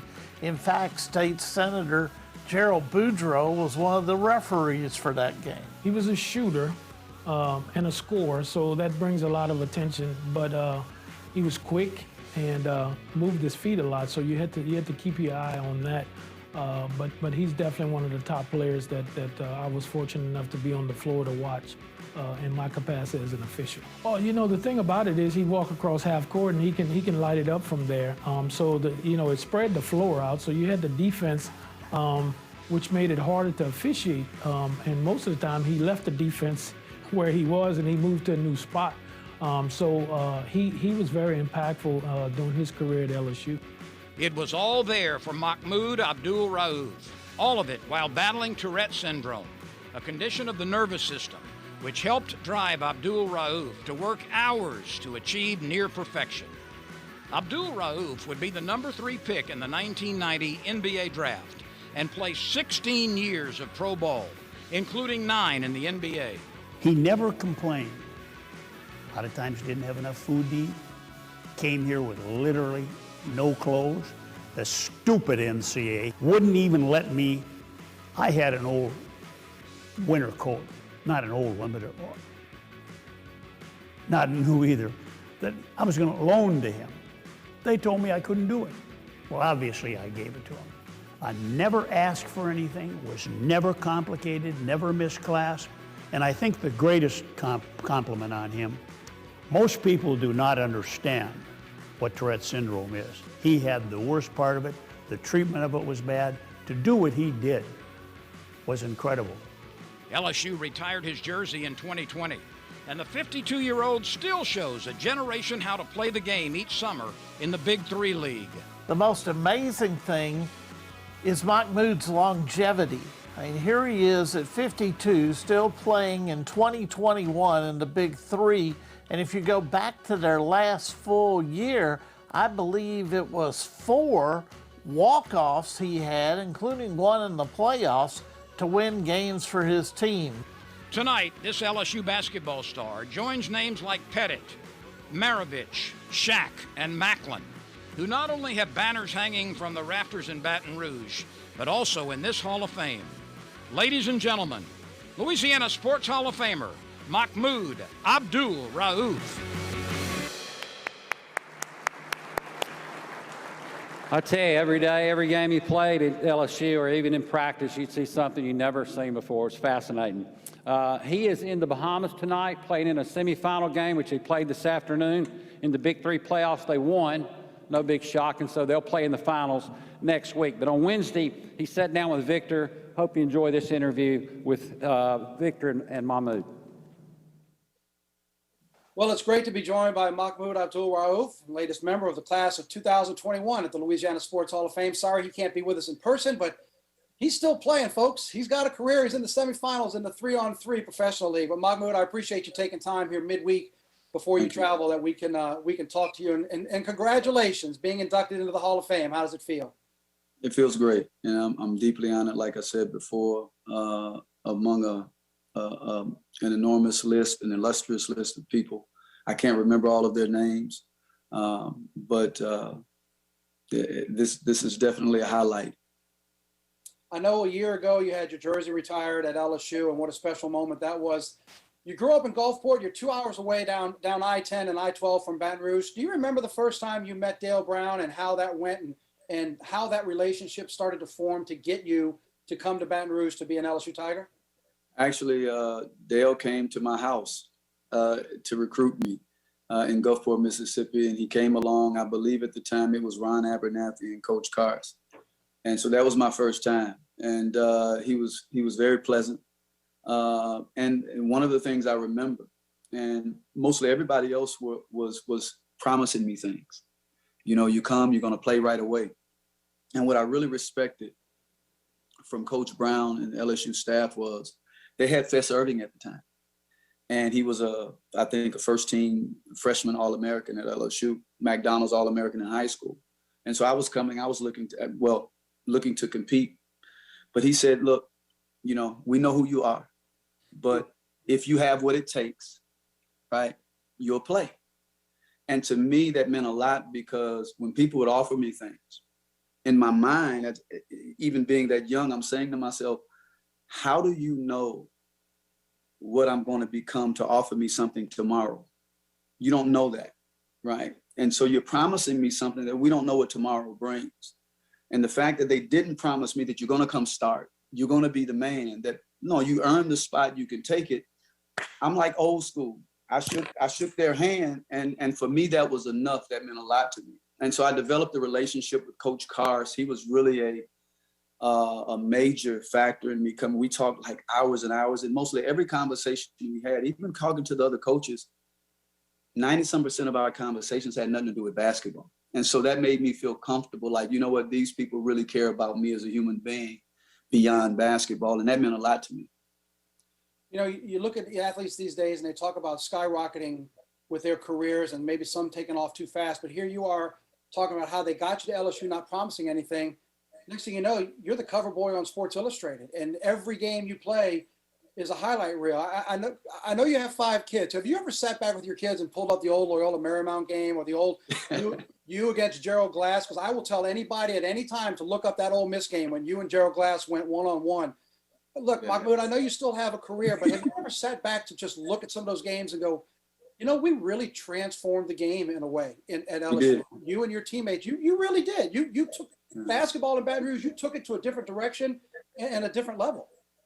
Well, you know, I have done that. When they were younger, the longest time they didn't even know, I don't think, who I was. I would go into the malls, people would ask my autographs, and they would look at me like, what are they asking? But when they became of age, I started showing them little things, and then they started looking at me like, man, my dad, you know, he was somebody. Before I let you go, and I know you mentioned, we obviously know how much you're indebted and how much you love Dale Brown, and you mentioned Ricky. You have 5 wonderful kids. And again, kids, if you haven't watched your dad play, you need to get on YouTube because those are some magical days and nights in the PMAC. But I can't let you go without asking if there's anybody else, because I know this journey, and we've talked to all the athletes, we'll continue to do it in the honorees.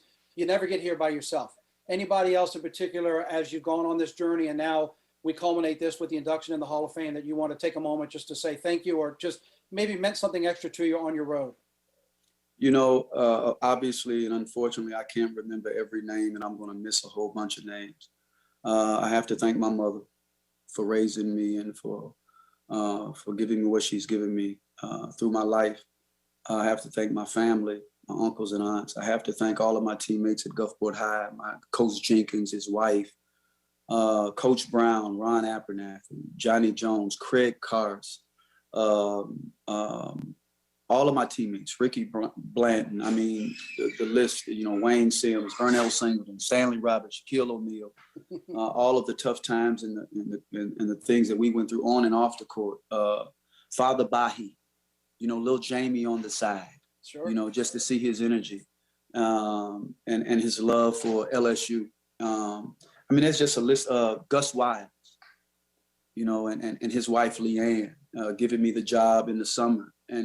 And bringing me into the office every day and just having 10-minute conversations with me. And those 10-minute conversations really developed my confidence as a human being to be able to, you know, talk to the media better the next year and to be more confident. So Katrina Dunn, for the work that she's done, you know, the Black Student Union. I mean, there's just a host of people. All of you guys who are at the Louisiana Sports Hall of Fame who thought of me enough to induct me into this list. I'm deeply indebted. All of the fans, you know, who without them and coming and supporting LSU and the university, LSU wouldn't be there, right? We wouldn't be where we are. So I'm deeply indebted. I'm deeply grateful. I'm humbled for this opportunity, and thank y'all for inducting me. Congratulations to Mahmoud and his family, and best luck to him next week in the finals of the Big Three, something else. Okay, we're going to be back in just a minute with 2 diamonds. We want to go from the basketball court to the softball and baseball fields, so you stick around. We're live from Natchitoches for the 62nd annual induction, Hall of Fame induction here at the Event Center. If you're at home, go make a peanut butter fold over and hustle back. Y'all get them, stretch your legs, and we'll see you in just a minute.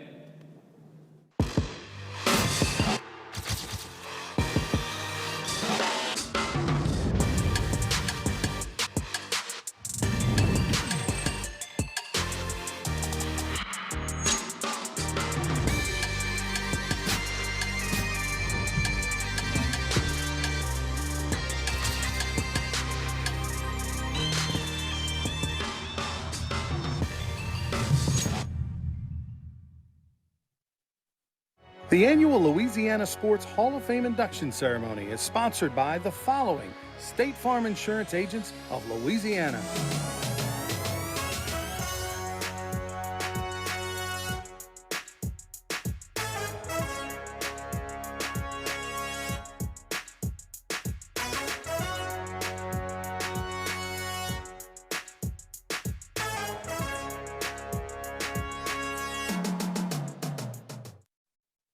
Your heart will beat more than 2.5 billion times in a lifetime. Each of those heartbeats deserve the region's most advanced cardiac care. Rapides Regional Medical Center was the first in the region to offer state-of-the-art procedures like TAVR and micro pacemakers. And we have the area's only hybrid operating room for advanced cardiac surgery and electrophysiology. When it comes to second chances of the heart, we should be your first choice. Rapides Regional Medical Center, heart care on a higher level.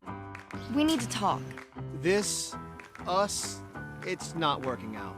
It's not me, it's you. I found something better. Better rates, better perks. And less drama. So yeah, we're done. I'm saying bye to banks. And hello to checking that changes everything. Choice Plus checking from La Capital is here for you. Earn huge dividends on your monthly balance, plus cool perks by Bazing. Say bye to banks and hello to La Capital Federal Credit Union. Visit a branch today. Hello, I'm Mike Lindell, inventor of MyPillow. Thanks to your support, you've helped make MyPillow become one of the fastest growing companies in America. My patented fill adjusts to your exact individual needs and helps keep your neck supported and aligned. For a limited time, you can get a premium MyPillow for the lowest price ever. Regularly $69.98, now only $29.98. Sleep well, America! For the best night's sleep in the whole wide world, visit MyPillow.com. Are you waking up in the morning with a sore jaw, headaches, maybe even ringing in your ears, all because you're grinding and clenching your teeth at night? That's exactly what was going on with me. That's when I found this, the Brux Night Guard. Now the Brux Night Guard redirects the bite force away from the back teeth, reducing jaw pain while still protecting the teeth. This unique design is what makes Brux Night Guard different from all other traditional grind guards. Go to BruxNightGuard.com and order yours today.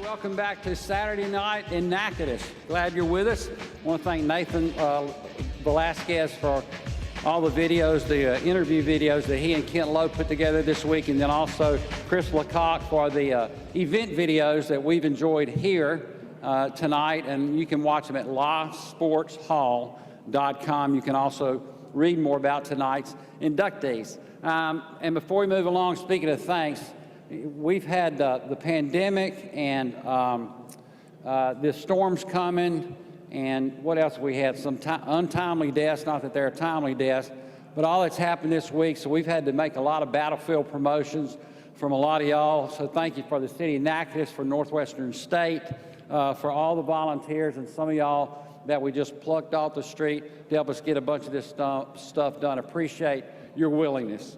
All right. We're going to continue with the Hall of Fame inductions now. Before the break, we saw a master of the basketball court, and now let's take a look into meeting a star of the softball circle, Courtney Blades Rogers. Baton Rouge native Courtney Blades Rogers was an ultra-successful softball pitcher who overpowered batters to the point of a then NCAA record 1,773 strikeouts in her career at Nichols and Southern Mississippi. She won 151 games and had an ERA of 0.97. One thing I think you can't teach is the mentality of a pitcher and what you have to be successful, and Courtney just had that. She was a fierce competitor and loved the game and loved the challenge of getting better, and you couldn't beat her on the mound. She was confident in what she did. If she wasn't confident, you definitely didn't know, and I think that's a huge attribute. Like, every great pitcher has to have that. Twice she led the Golden Eagles to the Women's College World Series in 1999 and 2000, winning 95 of her team's 115 victories those 2 years. I just want to say, Courtney, congratulations. This is well overdue and very much so deserved. I can't think of someone else that is the epitome of what a true leader is on and off the field. It was an honor to play with you, beside you, and behind you. So I hope you're having the best night, and I hope you're there celebrating with your family, and you guys got it right. So congratulations again, Court. She was the 2000 Honda National Softball Player of the Year and averaged an NCAA best 11.6 strikeouts per 7 innings. You represent the best of us, and I think it's amazing that you get to pass it down to your daughter and the next, generations of softball players to come. You absolutely deserve it, and I know your daddy is so proud. Without a doubt, you are a Hall of Famer because you embraced every opportunity on the softball field. There wasn't a batter that you were afraid to face. There wasn't a stage that was too big for you. And you're probably the only reason why I ever cheered against the purple and gold. But without a doubt, Courtney, your hard work, dedication, and your opportunity to face down batters, get up to the plate and hit, have separated you from all the rest. The multiple-time All-American was ranked recently by an NCAA.com columnist as one of the game's top all-time pitchers. I believe that she is the epitome of a Hall of Famer because when she played, she showed passion, fight, and grit that all legendary players exude. But what makes my mom even more special is the impact that she continues to leave on the game today.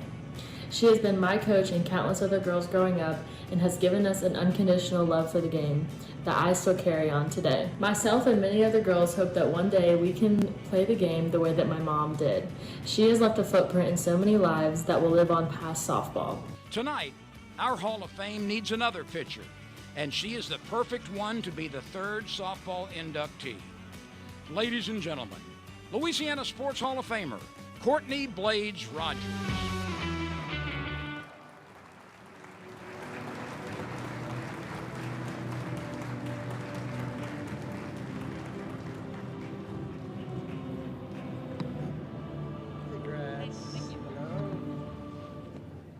Welcome, Courtney, and congratulations. I tell you what, that last picture right there, you look like you still bring it, and there you got that wind up. You told me you're constantly working that pitching motion. Arms always in motion. I have to because that's what I do for a living too. So, go back to when you were coming up into playing sports. Was there ever a run at any other sports? Soccer, basketball, gymnastics, volleyball, anything that was down that avenue, or was it always wanting to play softball? absolutely nothing else. I played basketball one summer league, I think it was, actually with Coach Paula Lee. She convinced me somehow to play basketball. Hated it, absolutely hated it. Took a ball to the nose, done. Done.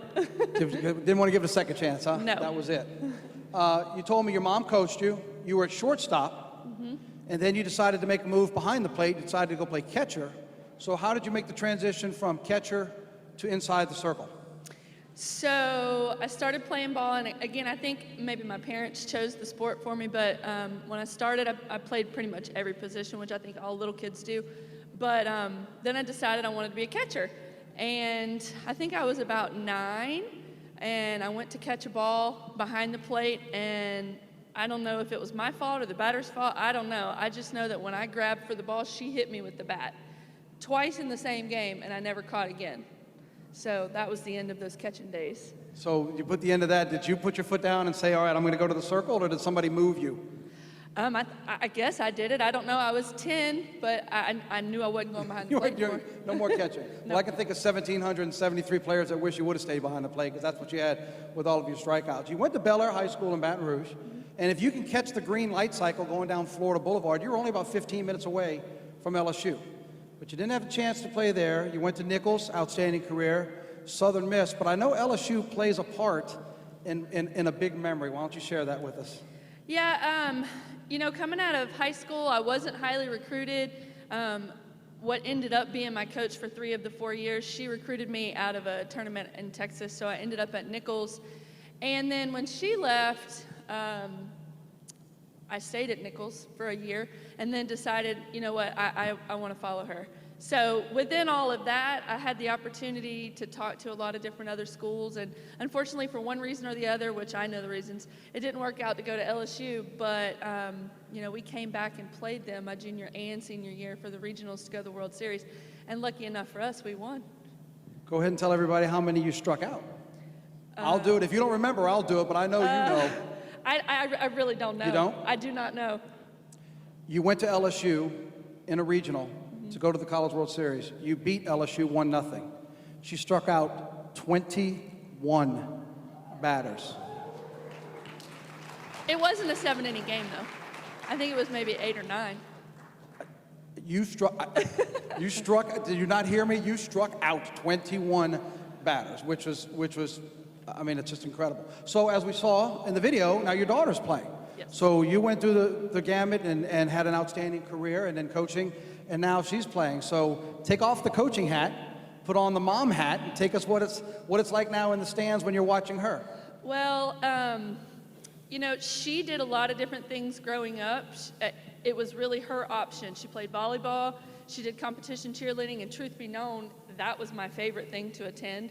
Okay. 2.5 minutes of pure exhilaration of watching those guys flip around on the mat. But she ultimately chose softball, and she wasn't very good when she first started.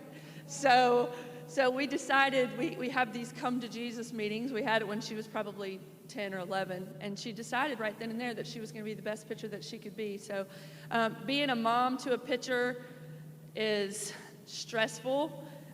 You know, you get to hear everybody in the stands talk crap about your kid if she can't get it done, and so that makes it a little bit more difficult. But I'm really proud of her. She works really hard. She's a really smart softball player, and it's been really fun to watch her. So your mom coached you. You were playing shortstop, and then you decided to go into the circle. Did you ever have to have one of those come to Jesus meetings with your mom? Because when you started, were you maybe not very good? Did she have to talk you into it? No, she actually didn't, because they kind of just left me on my own with my coaches. But I'm sure I did have some of those meetings with my coaches. But my parents they just kind of let me do my thing. They sent me off to where I was supposed to be, and Dad yelled a lot in the stands, which was fine. Ultimately, he ended up in the bleachers in the outfield where I couldn't hear him. But you know, it was one of those things like you got to go out in the outfield. I needed to know he was there, but no, they never did anything like that for me, because they weren't softball players. So she has it a little bit harder. Well, the first softball player inducted into the Mississippi State Sports, or the State of Mississippi Sports Hall of Fame, now being inducted here. We know it's a road that's never traveled alone, so here's your opportunity to say thank you to those who meant the most that got you to here tonight.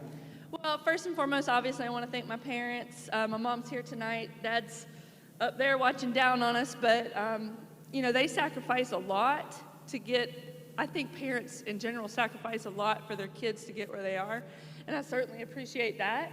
My brother is here. He got drug all over creation for me to be able to be successful.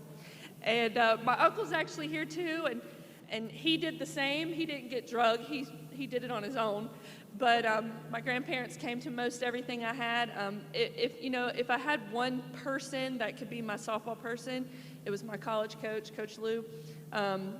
Lucky enough, my daughter also got to play for her last year, and then she retired. But through all of this, my son and my husband and my daughter, they've put up with quite a bit, because I travel quite a bit for softball, and I do it now for other people's kids. So, of course, you know, you got to have people behind you so you can be successful. Oh, there's no doubt. Mom, she was honest about her daughter. You be honest about her. Did you know we were going to be here tonight? Was she always on this career path? You had her at shortstop. Did you always know this would happen? There you go. See, you might have had more meetings than you can even remember. Maybe so. But you know what? The talent paid off, the career paid off, and now you are a Hall of Famer for the Louisiana Sports Hall of Fame. Congratulations. Thank you. Ladies and gentlemen, Courtney Blades Rogers.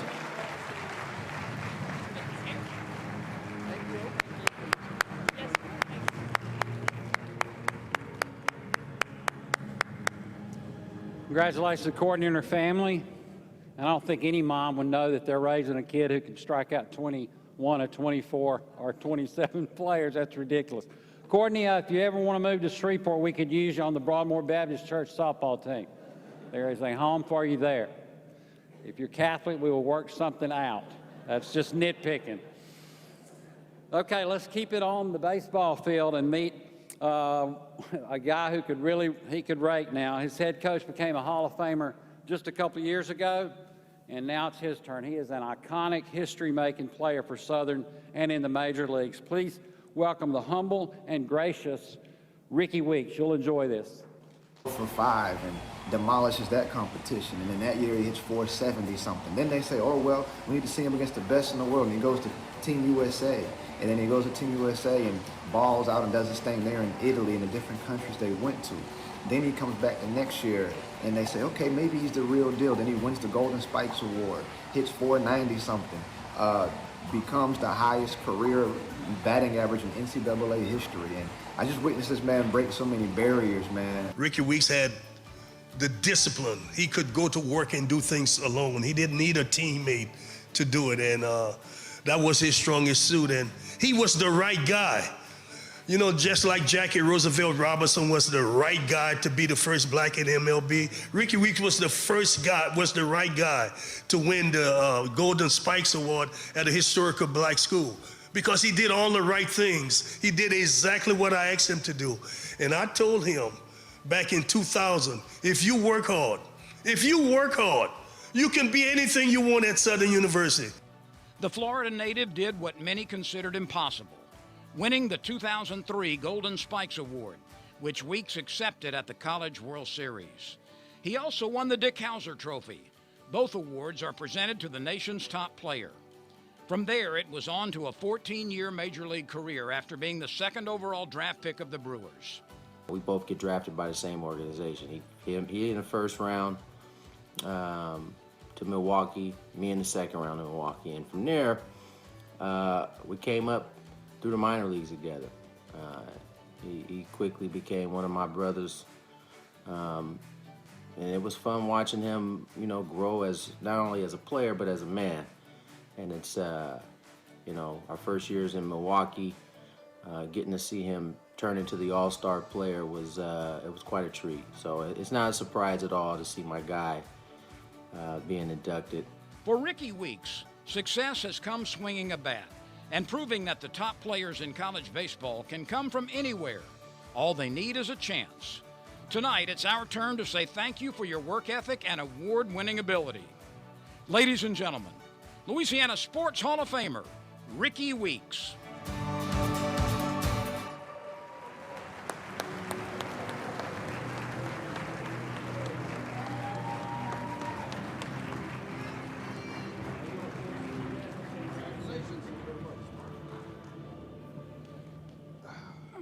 Are those special Hall of Fame kicks? Look at that. Hey, I love shoes, man. Oh, those are nice. Thank Those you. bringing your A game. That's what here. I don't know how you do it, but the picture of you getting the Golden Spikes Award, you look just as young now as you did when you got that trophy. You need to share some secrets here. Well, I got some good, some good genes over there, so that's what I try to do here. Good family genes, Yes. huh? Roger Cador is a Hall of Famer because of what he did as a player, as a coach for so many years on the Bluff. Maybe he needs to be considered a Hall of Famer because he went and found you.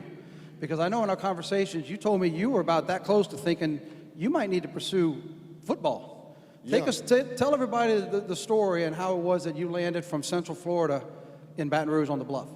Well, I think going back to high school, I think the biggest thing for me was just looking around to my teammates in high school baseball and seeing everybody, oh, I'm going here, I'm going there, and nobody wanted me. And I thought I had the tools, I thought I had the talent to go places, but I guess nobody else did. So my senior year, I go, you know what, I played football before, let's go play some football. And I wound up being all county and to do my thing on the football field. And the small colleges started calling and things like that, my high school coach. And I thought for a long time, that was it. And then the baseball season comes up, and sure enough, this big giant come to my doorway saying, hey, man, we want you to come down to Southern.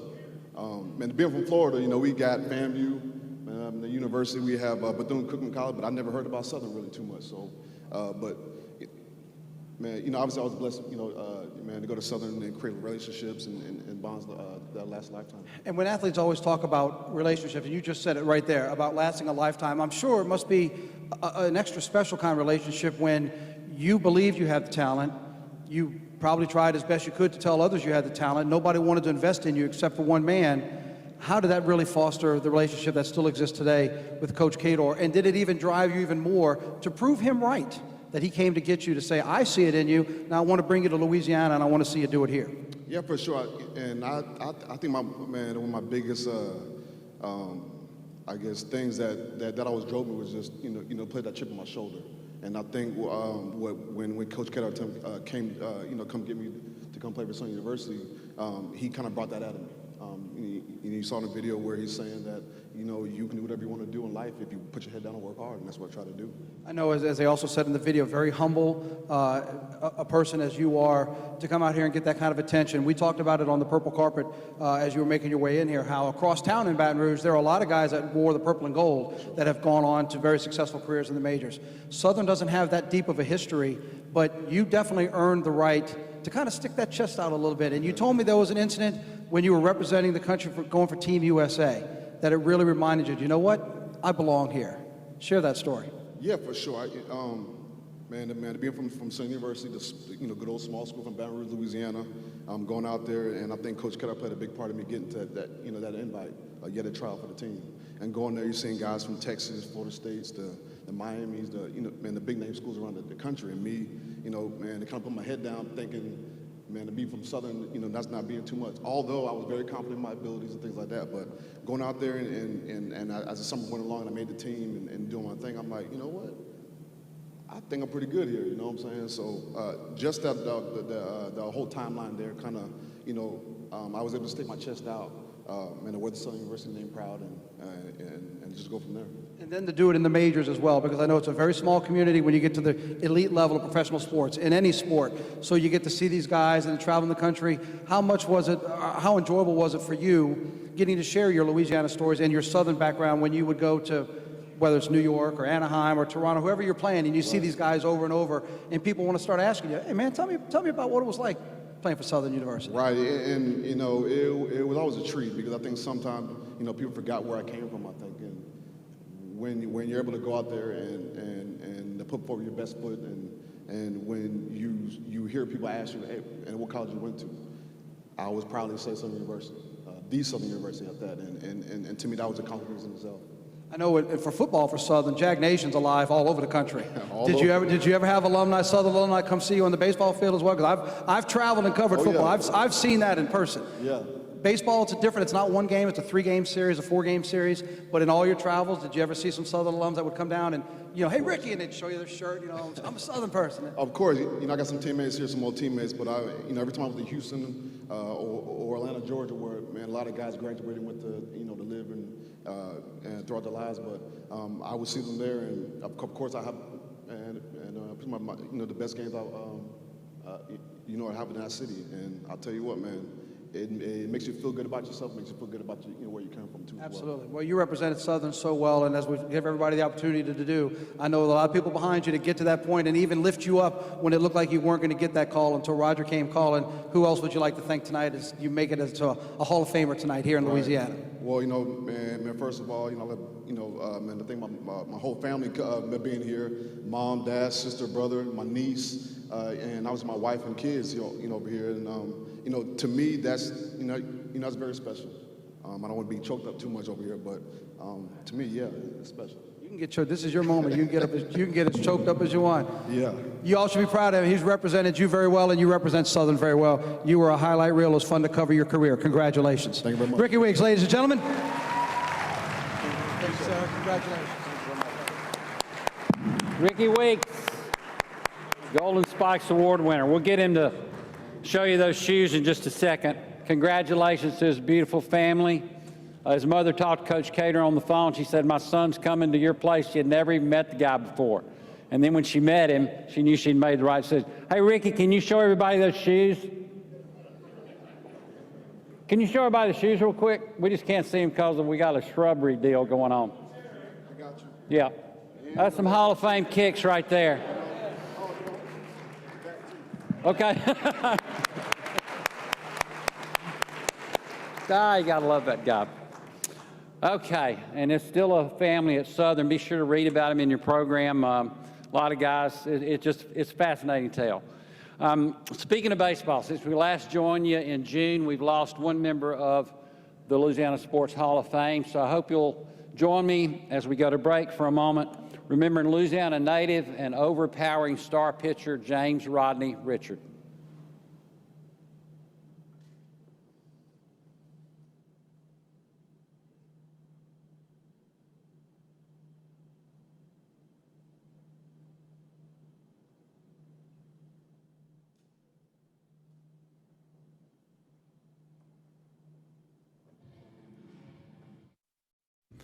Gus Willie Apparel is located in the New Orleans area and is one of the leaders in screen printing, embroidery, promotional products. Gus Willie specializes in sports apparel and work with various schools and travel ball teams. Call 504-467-7880 or log on to GusWillieApparel.com. When you support, she soars. When you donate, he delivers. When you provide, they prevail.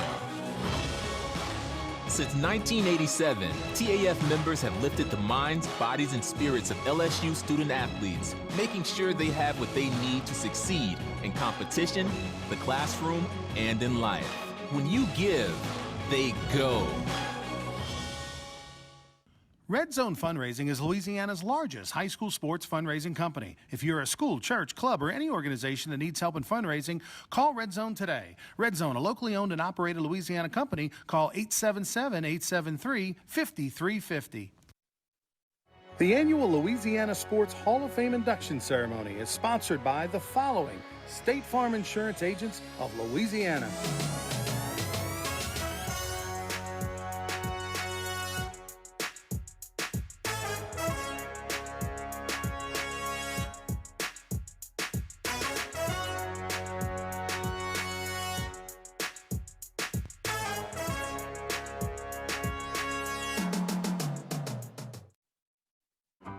We need to talk. Us, it's not working out. It's not me, it's you. I found something better.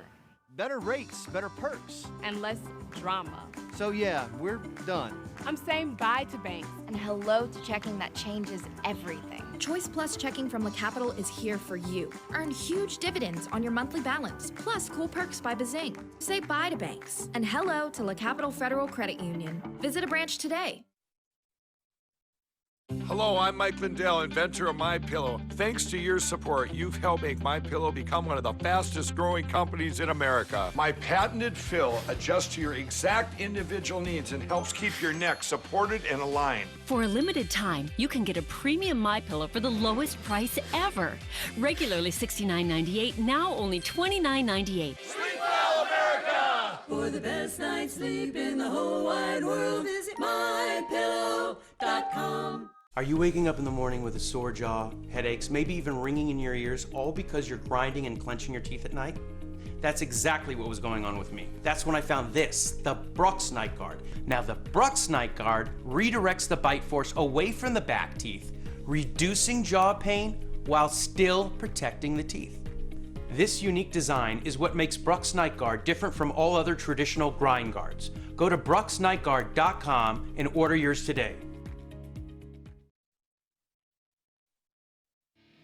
All right, welcome back to Natchitoches for tonight's Louisiana Sports Hall of Fame induction presented by the State Farm Agents of Louisiana. And also, we just enjoyed here a wonderful video about today, being with the kids. All the Hall of Famers were this morning after breakfast. You at home can see those. Go to LostSportsHall.com and watch all these wonderful videos that we've enjoyed tonight.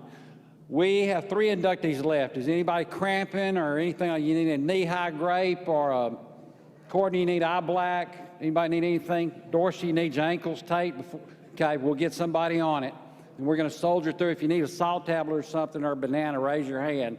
In the meantime, we're going to enjoy a man who at LSU and A&M winning national championships has become second nature, and it's really a family affair, as you'll see when you meet Pat Henry.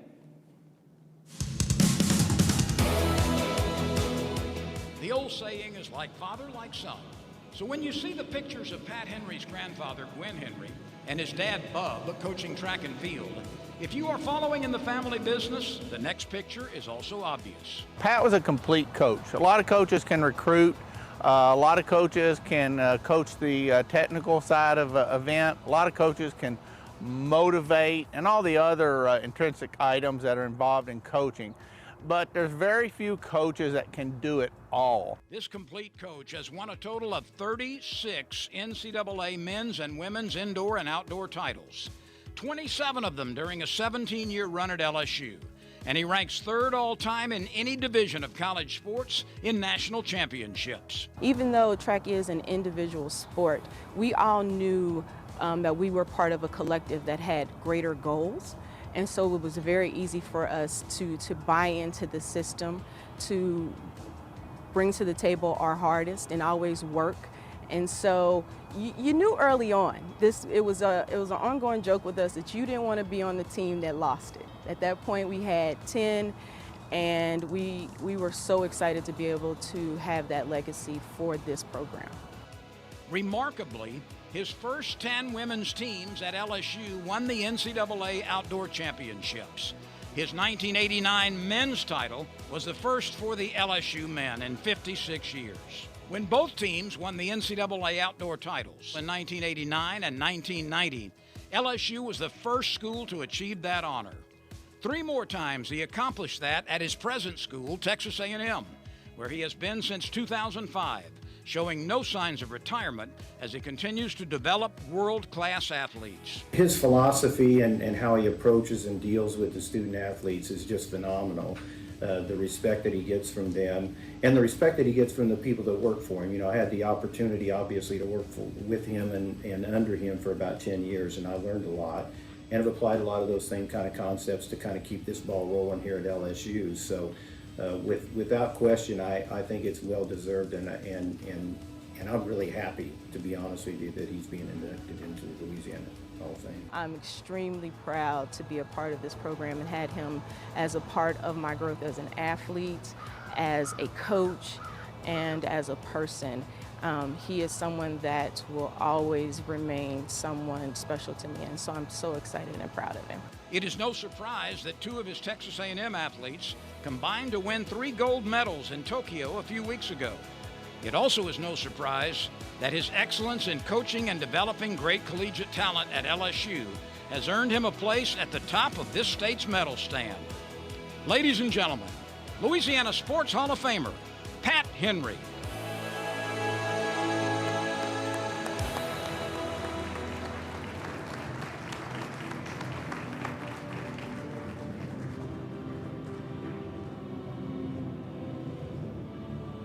We meet again. Congrats, Coach. Yeah, thanks. Grab that microphone right there. Before we get to some of the conversations we had, you told me a little earlier that you had a little cross story between yourself and your time at LSU and one of our other inductees we just saw with Mahmoud Abdul-Rauf. Yeah, you know, it made me think of something. Those guys,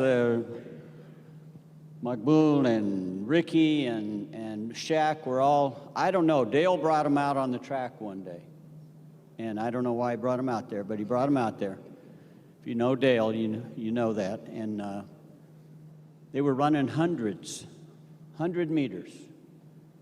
And Shaquille's feet are about as long as from me to you. From Right House, exactly, yeah. yes. And he was beating the track up. I mean, he was dead last. He wasn't even close.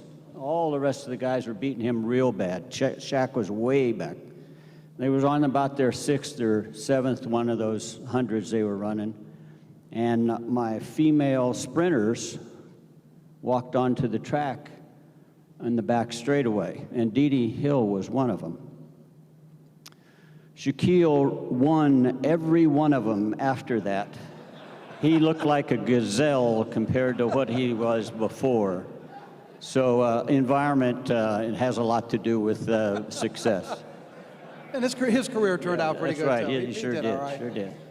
So born and raised in New Mexico, did you ever think about that your career path was going to launch the way it did in the city of Baton Rouge? Because I know you happened to be in Baton Rouge when a certain phone call came to you that really started all of this. Tell us that story. Well, if anybody knows him, you know how he makes a phone call. This is Joe Dean, and Joe was my AD and hired me. I was a junior college coach. We just won a national championship at the junior college, so we had some great athletes, but Joe took a chance and hired a junior college coach to take over at LSU, and I was extremely pleased. And you were there actually watching a track meet, right? You had just won it at Blinn. Yep. On the junior college level, you went to Baton Rouge to see another meet when you got the call, right? Yeah, I sure was. In fact, Pete Boudreau was here, and I was sitting with Pete most of the time, and Pete was talking about LSU a lot, and so I did. I went up and interviewed with Joe, and I knew this was going to be a great place. And I know Joe meant so much, but hiring you. Also, Steve Carter, I know, had a Yeah, special place for Steve. you, who was also on LSU's administration. Yeah, Steve was a big part of everything. We were able to have a great time as the AD that looked over me, and so both those men are gone now, and leaves a hole. You mentioned Pete Boudreaux. I had a chance to talk to him on the Walk of Legends, and then we heard in the video about your philosophy. So I find it interesting. Truth be told, Pat and I have known each other for years. I was in the TV business in Baton Rouge and covered him and his teams, and it was great to catch up after so many years. But when we talked, I thought about what you're doing in the sport and coaching track, because you hear about philosophy, and Pete said you're the best in the business. In football, I'm going to tell Glenn Dorsey that I want him to, he's going to go into the side left. We're going to bring a linebacker. All right, in basketball, I'm going to set a high screen. You're going to pop out on the wing. We're either going to shoot the three or we're going to dump it inside. Right. In track, I want you to line up at that line. Somebody's going to shoot a gun, and then I want you to run faster than everybody else on the line. Well, but somehow when you've done that, you've won 36 national titles. So what is the philosophy for you when you're teaching track athletes that are individuals, right? Working each individual event, yet it puts together a team effort. It's so unique. Well, everybody thinks track is starting right here on this line and running to there. There's long jumpers, and there's triple jumpers, and there's pole vaulters. So there's a lot that goes into it. But it's about teaching young people to do what we do in training. Be able to repeat that when competition starts. And make changes in training. Do what we ask you to do. Make those little changes, because track and field comes down to that far sometimes. And this much takes a lot of work. There's a lot of work put into that little bit to be at the very top. Some people, it's about being the best that they can be, and that may never get to the very top, but it's still about being the best that you can be with everybody we have. We're a big sport. You know, we have lots of people. We've got 130 people on the team, so it's a big sport. And globally, track being so big. So how much is it the mental side, too? Because like you said, you can prepare, you can eat the right meals, you can run at 5 in the morning, you can run at 9 at night, you're training, and then you go run that 100, and somebody runs a 10.24, and you ran a 10.21, there's that much. You didn't win. So how much of it is also the mental side, and how much do you enjoy that with them? It's about 95% mental. We train very hard. But training is training. It's on Saturday when you got to do it. You're learning, you're changing, but it's that mental preparation to be able to do what you do, and it becoming second nature. You know, a lot of things have got to happen. You don't even hear that gun go off. You're just reacting to sound. You know, you don't hear it. It's learning how to do some things, not concentrating on the gun, just reacting to the gun. A lot of things, you know, vaulters, hammer throwers, everything has its unique aspect of each event. So a lot of work goes into it, and those minute changes dictate success. Well, we've certainly seen you send some of the best in the track and field world globally to success. And I know you haven't done it all alone, so here's your opportunity. I know what you mentioned what Joe Dean meant, what Steve Carter meant. Who else would you like to thank on your journey? Well, my wife Gail's been with me for 47 years, right here. I'm actually going to get through this one. Sometimes this one I have to stop. I get some tears in my eyes, but I'm going to get through this one. My son is here, Brandon. My daughter's here, Shelley. Our grandchildren are here. Brandy, a wife of Brandon, Luke's here, Katie's here, and Morgan is here, and it's great to have it. You know, without family, things aren't the same. My whole family is coaches, and so you know, it's the things that your family and do for you enable me to go to the track every day. Without family backing you, you couldn't get done what you got to get done. Amen to that. He had 3 gold medals won in this past Olympics in Tokyo and a silver medal, most successful for Coach Henry to ever send us. And I want to make sure I let you all know this so you understand just how special this man is. 11 straight titles when he was in Baton Rouge, 11 for the women's outdoor program. That is still today the longest streak in women's college sports history, not track and field only. Women's college sports, Tennessee basketball, Lady Vols, UConn Huskies, Stanford swimming, LSU's streak of 11 straight is the longest streak in women's college sports history, the only program to reach double digits. That was just passed recently, not too long ago, by Arkansas's men at 12, to really emphasize how dominant they were. Pat's indoors team won 5 in a row. That's 6th on the same list that he leads with 11 at LSU. Well-deserved. Congratulations, Pat Henry. Thank you all. Appreciate it very much. Congrats, Coach. Enjoy your night. Congratulations, Coach Henry. Welcome to the Louisiana Sports Hall of Fame family now. And we would bring up his name every year at the Hall of Fame Selection Committee, but this event is usually the last week in June. You know what else is the last week in June? It's always the NC. Hey, tell my bookie that I'll call him back. We're in the middle of something. But the NCAA Track and Field Championships are always that same weekend, and we said, well, Coach is not going to be able to come, so we're glad you're here, sir. Happy for you and your family. By the way, yeah, his team won the bowling event that you saw a little while ago, yesterday down in Alexandria. So anything with lanes in it that are together, he's going to win. Okay. Next, we have another fast guy, but he wasn't fast. He was just sneaky fast and really good, and he made life amazing as a wide receiver for the New Orleans Saints for about a decade. So meet our friend Marcus Colston.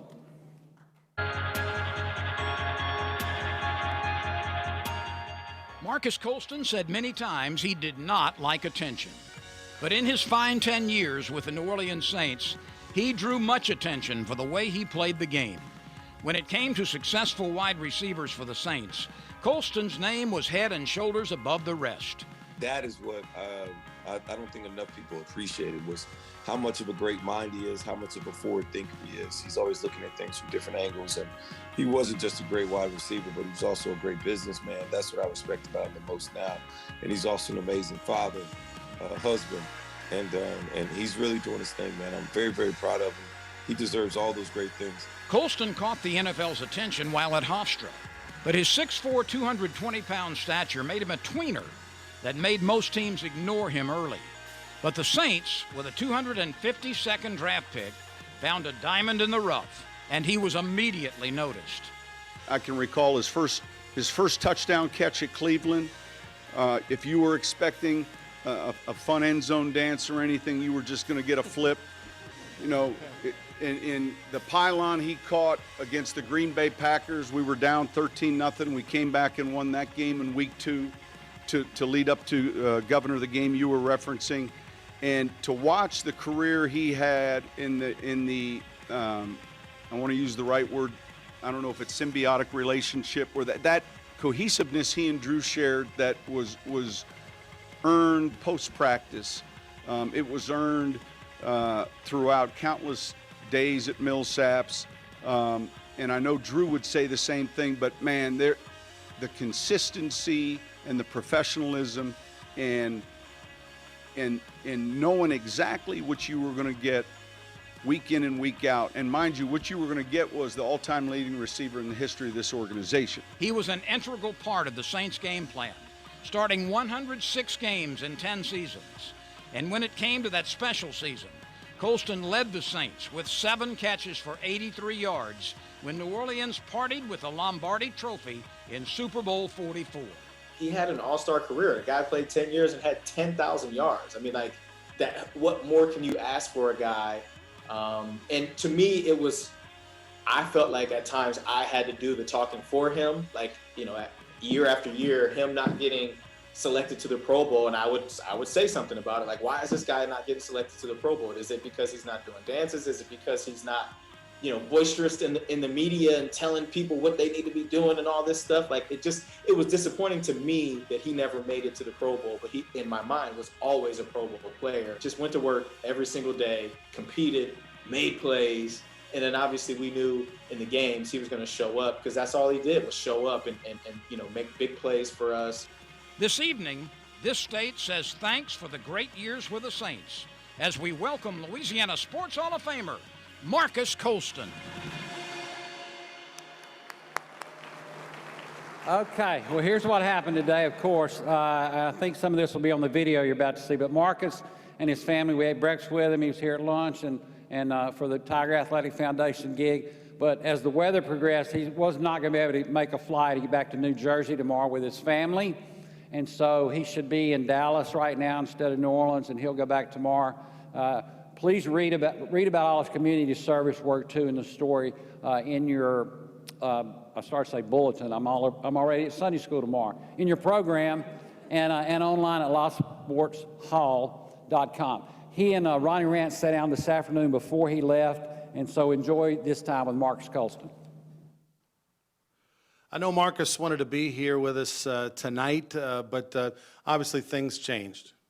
Yeah, I would have loved to be with you all in person tonight. Unfortunately, I had to get my family out of Louisiana, with Hurricane Ida coming.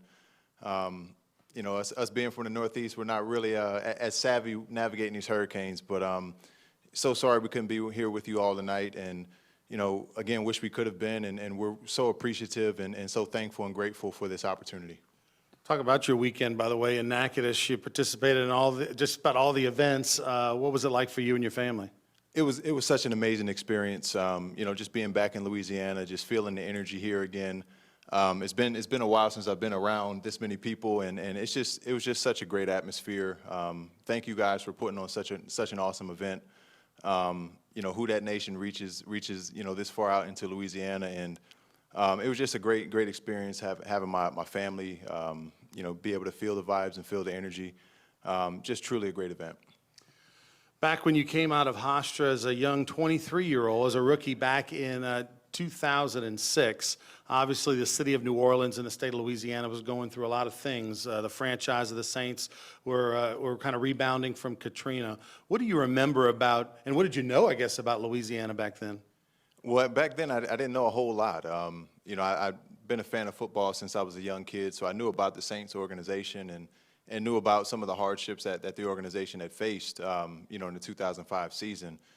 So coming down here for the first time and just being able to witness what the city looked like at that point in time. I didn't know a whole lot, but I knew really early on that this organization, the Saints, was really the heartbeat of the city of New Orleans.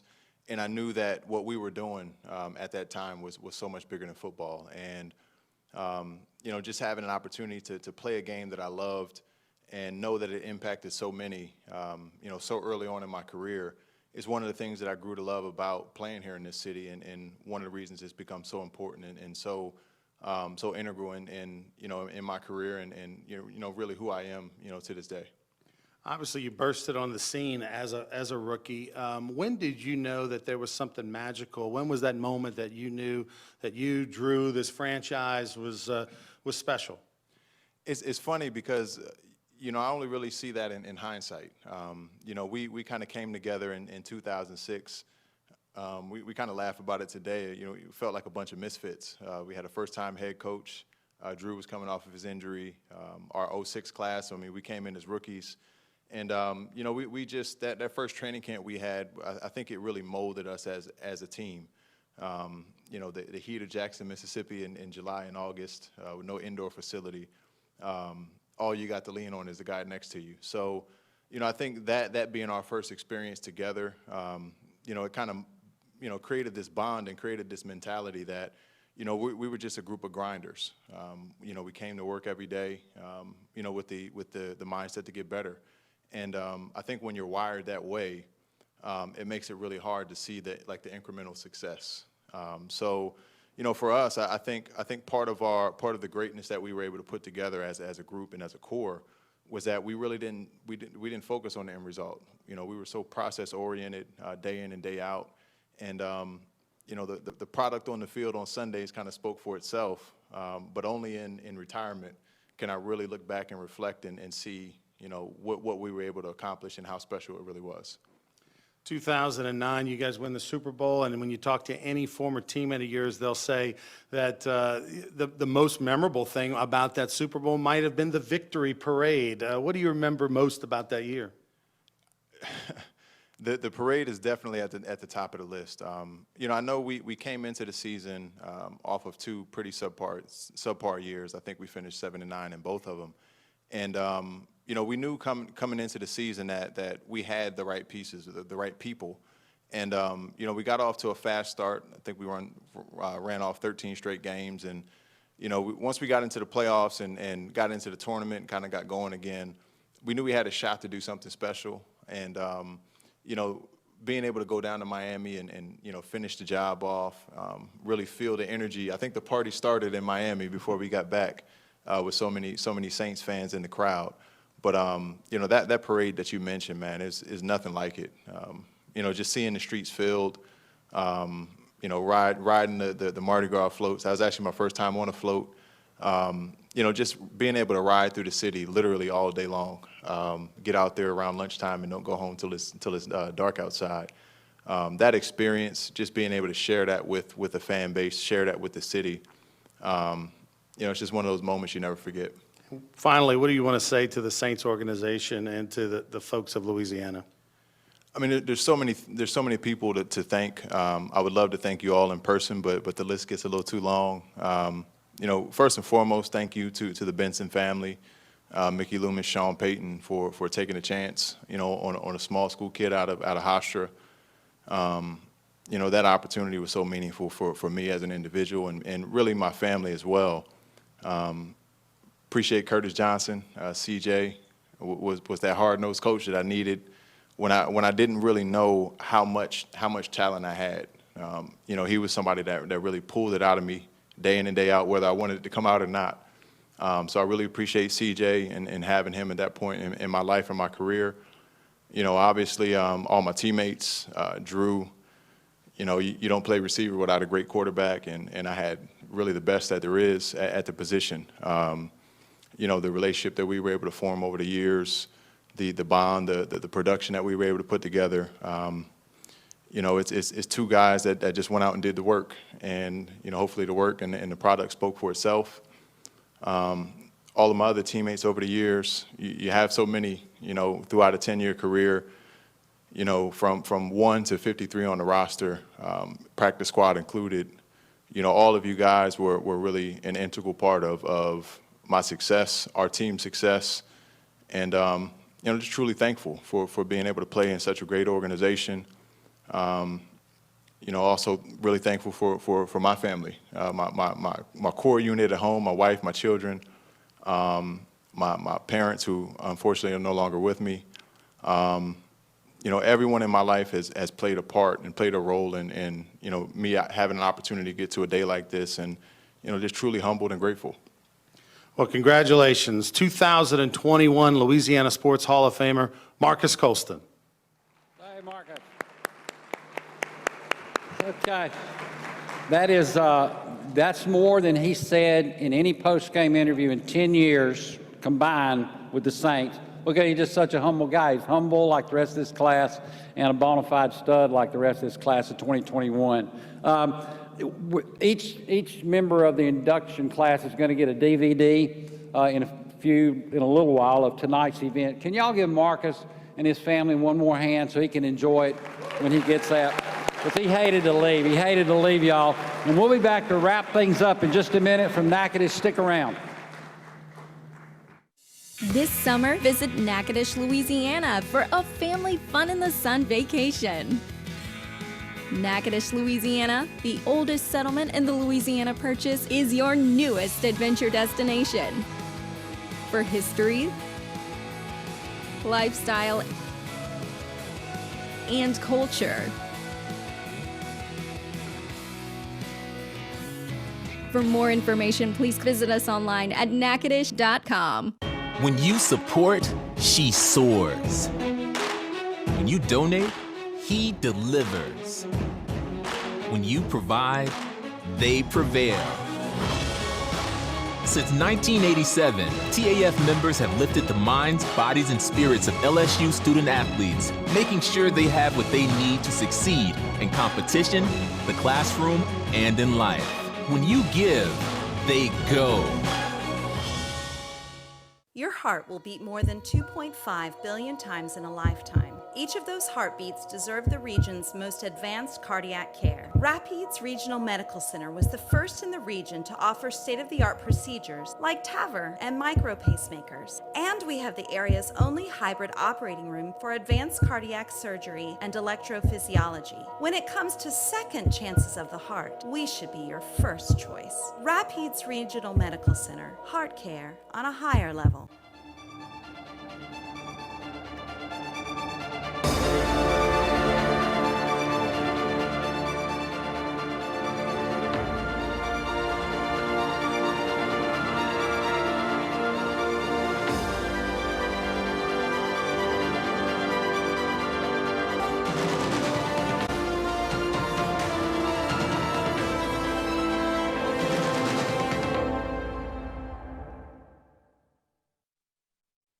This is a paid advertisement for legal services. Attention! This message is for anyone suffering from Parkinson's disease. If you worked as a farmer, landscaper, groundskeeper, or gardener and were exposed to an herbicide called paraquat, the herbicide may be to blame. Studies show that people exposed to paraquat are almost 3 times more likely to develop Parkinson's disease, and the company that makes paraquat must be held accountable. Call us for a free and confidential consultation. Call 800-238-2206. That's 800-238-2206. Paraquat is banned in 32 countries, but the manufacturers still sent it here. Your Parkinson's could have been avoidable, and if you and your family are suffering, you deserve justice. Call 800-238-2206. That's 800-238-2206. Studies show that people exposed to paraquat are almost 3 times more likely to develop Parkinson's disease. Your Parkinson's may have been avoidable, and the company that makes paraquat must be held accountable. Call 800-238-2206. That's 800-238-2206.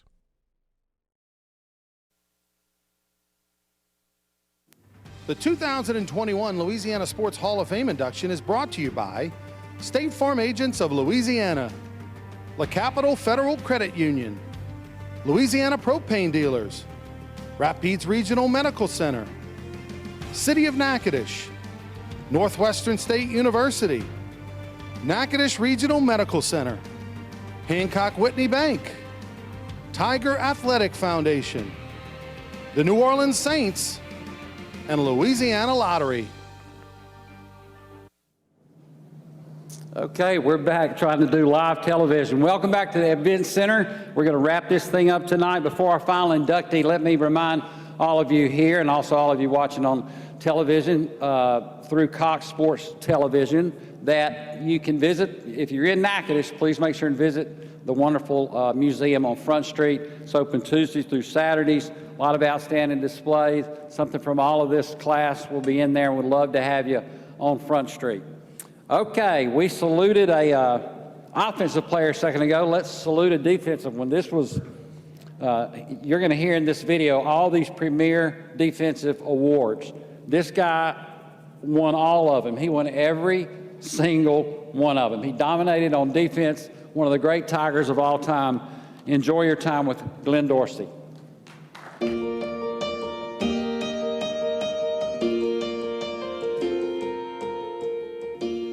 A star athlete at East Ascension High in Gonzales, Glenn Dorsey attracted the eye of an LSU coach named Nick Saban. Well, Glenn was a great person.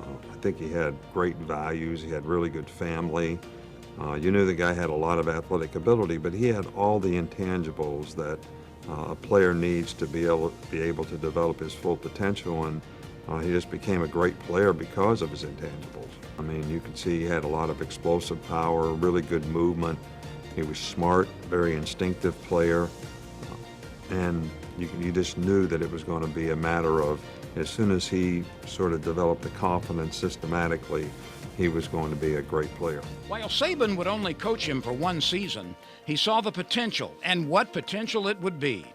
Despite being a probable first-round draft pick after his junior season, the defensive tackle came back to be a monster in the middle, in which he won the Grand Slam of defensive trophies, the Outland, Lombardi, Lott, and Nagurski trophies. The accolades that Glenn received didn't surprise me at all because of the amount of passion, the talent, and the plays he made as an interior lineman. That's a position sometimes that get underappreciated, with the exception of Aaron Donald recently. As a defensive tackle, is a position that kind of gets looked over because of the receiver, the quarterbacks, and linebackers, and positions of those such. So for Glenn to make the impact that he made, to have the team leadership that he made, to show the resiliency and strength that he's shown fighting through injuries our national championship year, both of our redshirt junior years, where Glenn's true senior year, said a lot too. So, you know, from the Outland to all of the different awards that he's won, he's earned them. By far, in my opinion, one of the more decorated defensive tackles in the SEC, and he deserved everything that comes his way. This man was the heart and soul of the Tiger defense, and he helped LSU to the BCS national title with a 38-24 victory over Ohio State. For him to be a team leader, because he wasn't a guy that was, you know, real vocal as far as let me get out and give this speech, but by his play, he was our team leader. Like, he was a captain. He was the guy that we all look towards. Not many times do you get a defensive tackle be that guy. No. You got to be extra special to be that guy. And he was that guy. I mean, Glenn was somebody that you're like, man, if that guy's going to work like he's working, then I've got to do it as well, because this is someone that is uber talented, but you would never know it by the way he carries himself, right? He wasn't too big for the program. Glenn was somebody that at that defensive tackle position dominated like we've never really seen in college football. He got Heisman votes as a defensive tackle. Yeah. Just to tell you exactly how dominant Putt was, one of my favorite all-time teammates. Dorsey was the 5th overall pick of the 2008 NFL Draft by Kansas City and played 9 seasons in the league before injuries ended his career. Already a member of the College Football Hall of Fame, Louisiana says it's our turn to salute this All-American defensive standout from LSU. Ladies and gentlemen, Louisiana Sports Hall of Famer, Glenn Dorsey. Here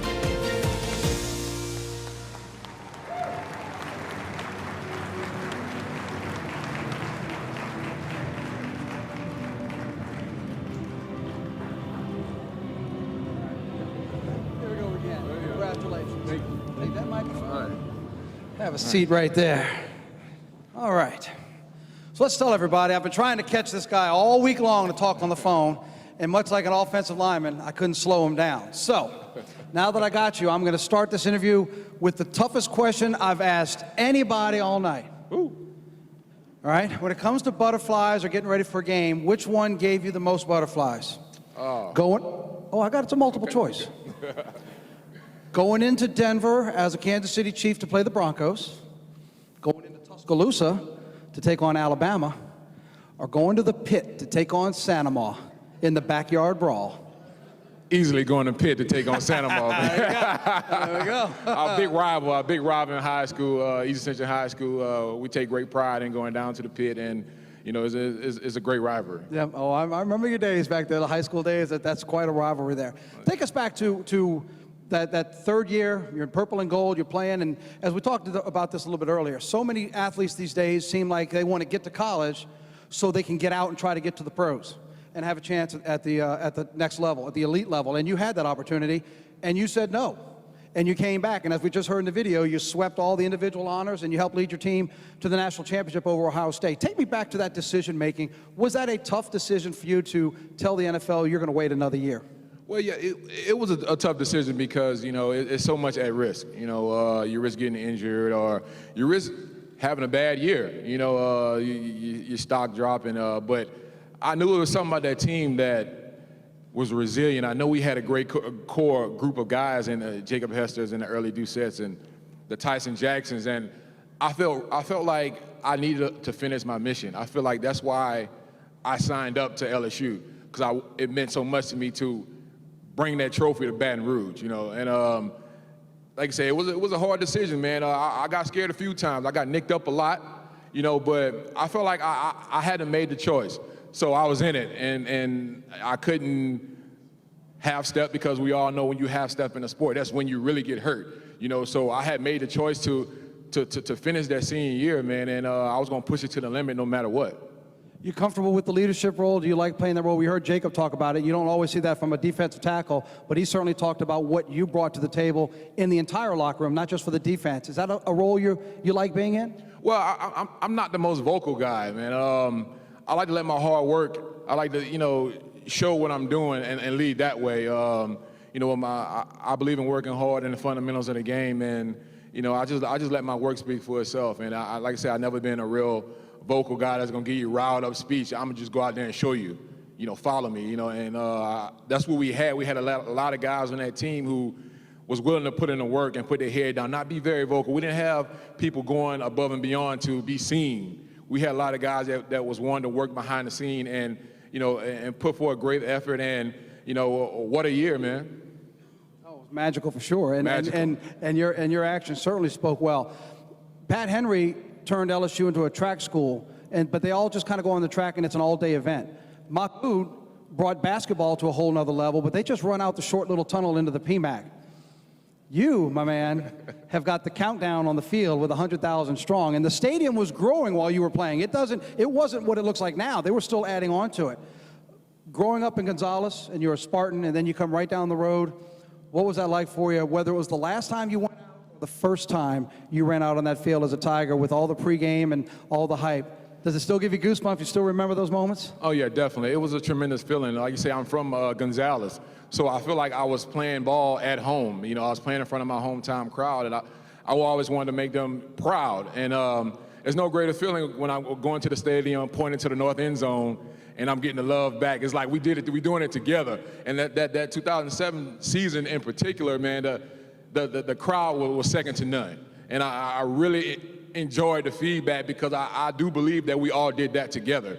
We don't beat Florida without our crowd, you know what I mean? So I take great pride in that and interacting with the fans because, like I said, we all in this together. The louder they are, the better we play, and obviously Tim Tebow can't hear signals, you know what I mean? So we really work hand in hand, and I truly enjoyed it. And what was it like as a player? Because you also underwent the coaching change too. I mean, Nick Saban spoke on the video. Les Miles comes in as coach and leads there. Was there something about the players too that wanted to say, look, he was a good coach. Yeah, we won with him, but he's gone, and we're going to show everybody, even with this new coach, there's a reason why I came back. Exactly. Absolutely. Coach Saban left after my freshman year, so I got the Coach Saban of, being a freshman, shut up, don't say anything, don't do interviews. I once got benched for yawning in a walkthrough, believe it or not, you know what I mean? So that's the side of Coach Saban that I got to experience, but I know why he was doing it, and I had seen him do it before because I grew up going to LSU games in high school, so I seen the speeches. I seen him getting on coaches too, just like the players. So, I knew what he was doing. I knew he was trying to, humble me and make sure I was disciplined, and I did yawn in the walkthrough. So, he had every right to do what he did, But when Coach Miles came along, Coach Miles would recruit me hard out of high school, and Coach Dunbar, the D-line coach. So when he came along, I was like, man, it's meant to be. I was ready. I had already, built a relationship with them. So I knew that, I was ready to work with them. I know you were ready for the noise of Arrowhead Stadium because you played in Tiger Stadium. It's one of the loudest in the NFL. Before I ask you about thanking your family as well, I asked you this earlier when we walked the purple carpet and you came in here.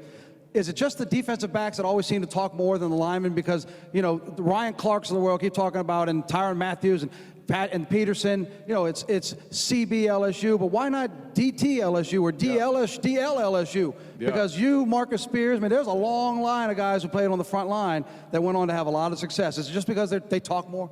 Yeah, probably so, man. Like I said earlier, as a defensive lineman, we don't do too much talking, man. We do the dirty work.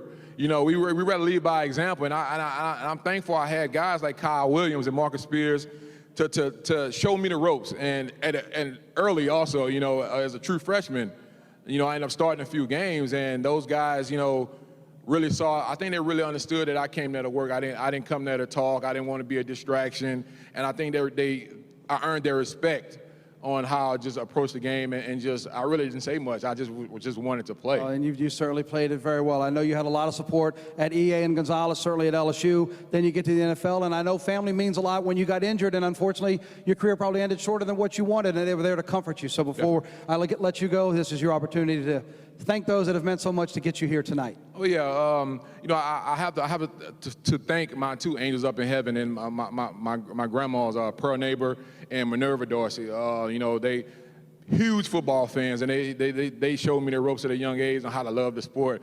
Have to thank my hometown of Gonzales, Louisiana, Ascension Parish. You know, I really take pride in putting my best foot forward, because I'm proud of representing them. And I think my middle school coach, Coach Ruiz, Coach Robinson, my high school coaches, Billy Beasley and Jeff Daniels, and I have to thank Coach Nick Saban from coming down there and giving me the opportunity. He was the one who saw it and gave me the opportunity, and Coach Miles, you know, coming in after him.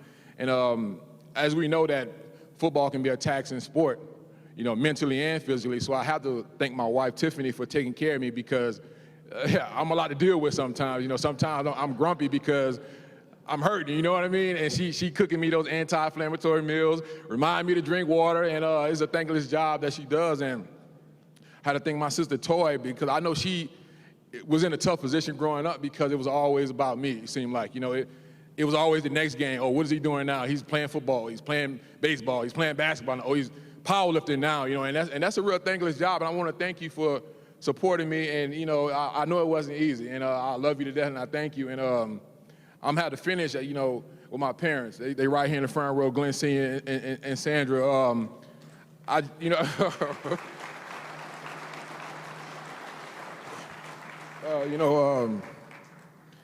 know, I just want to thank y'all from the bottom of my heart from instilling me, you know, to work hard and to achieve my dreams and be humble.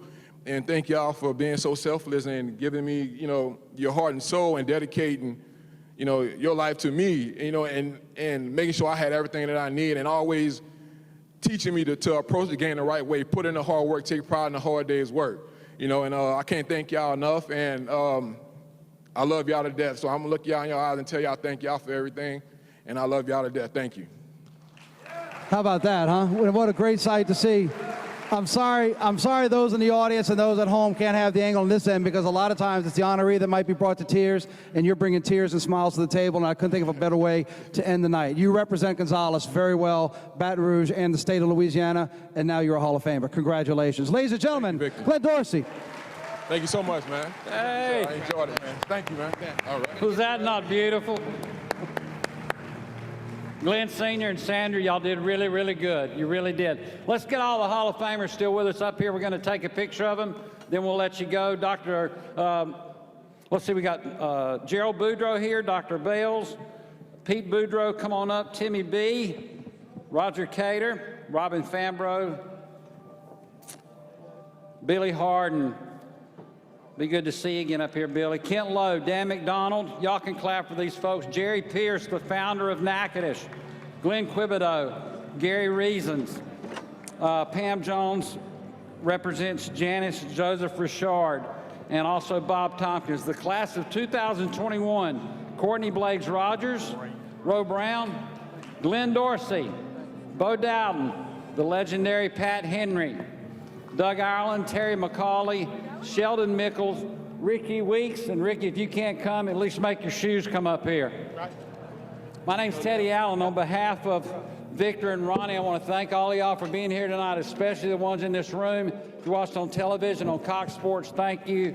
Thanks for Jeff and Walter for getting us on television. We appreciate our association with you. We want all y'all to make sure and be careful going wherever you're going tonight and tomorrow. We got another great class here. We're going to get their picture, then I'm going to turn them over to you. In the meantime, think about coming to see us next June, Lord willing, in Natchitoches. Love to have you. I'm Teddy. God bless you. Good night, everybody. See ya. Y'all have been awesome.